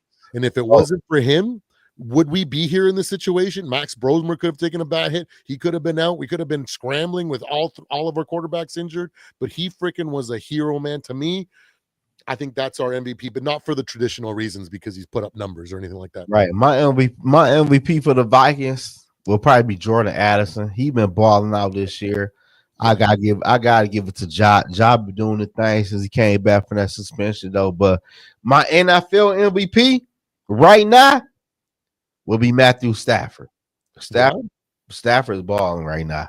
Yeah, he is. That is definitely, you can't deny that.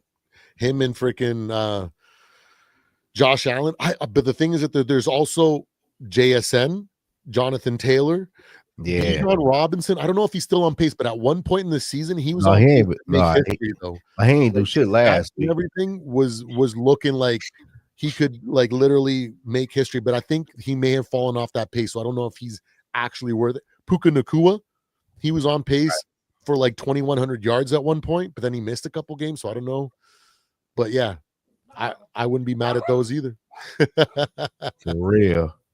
Excellent, guys. Thank you so much for joining us. I'll see you guys on the next live.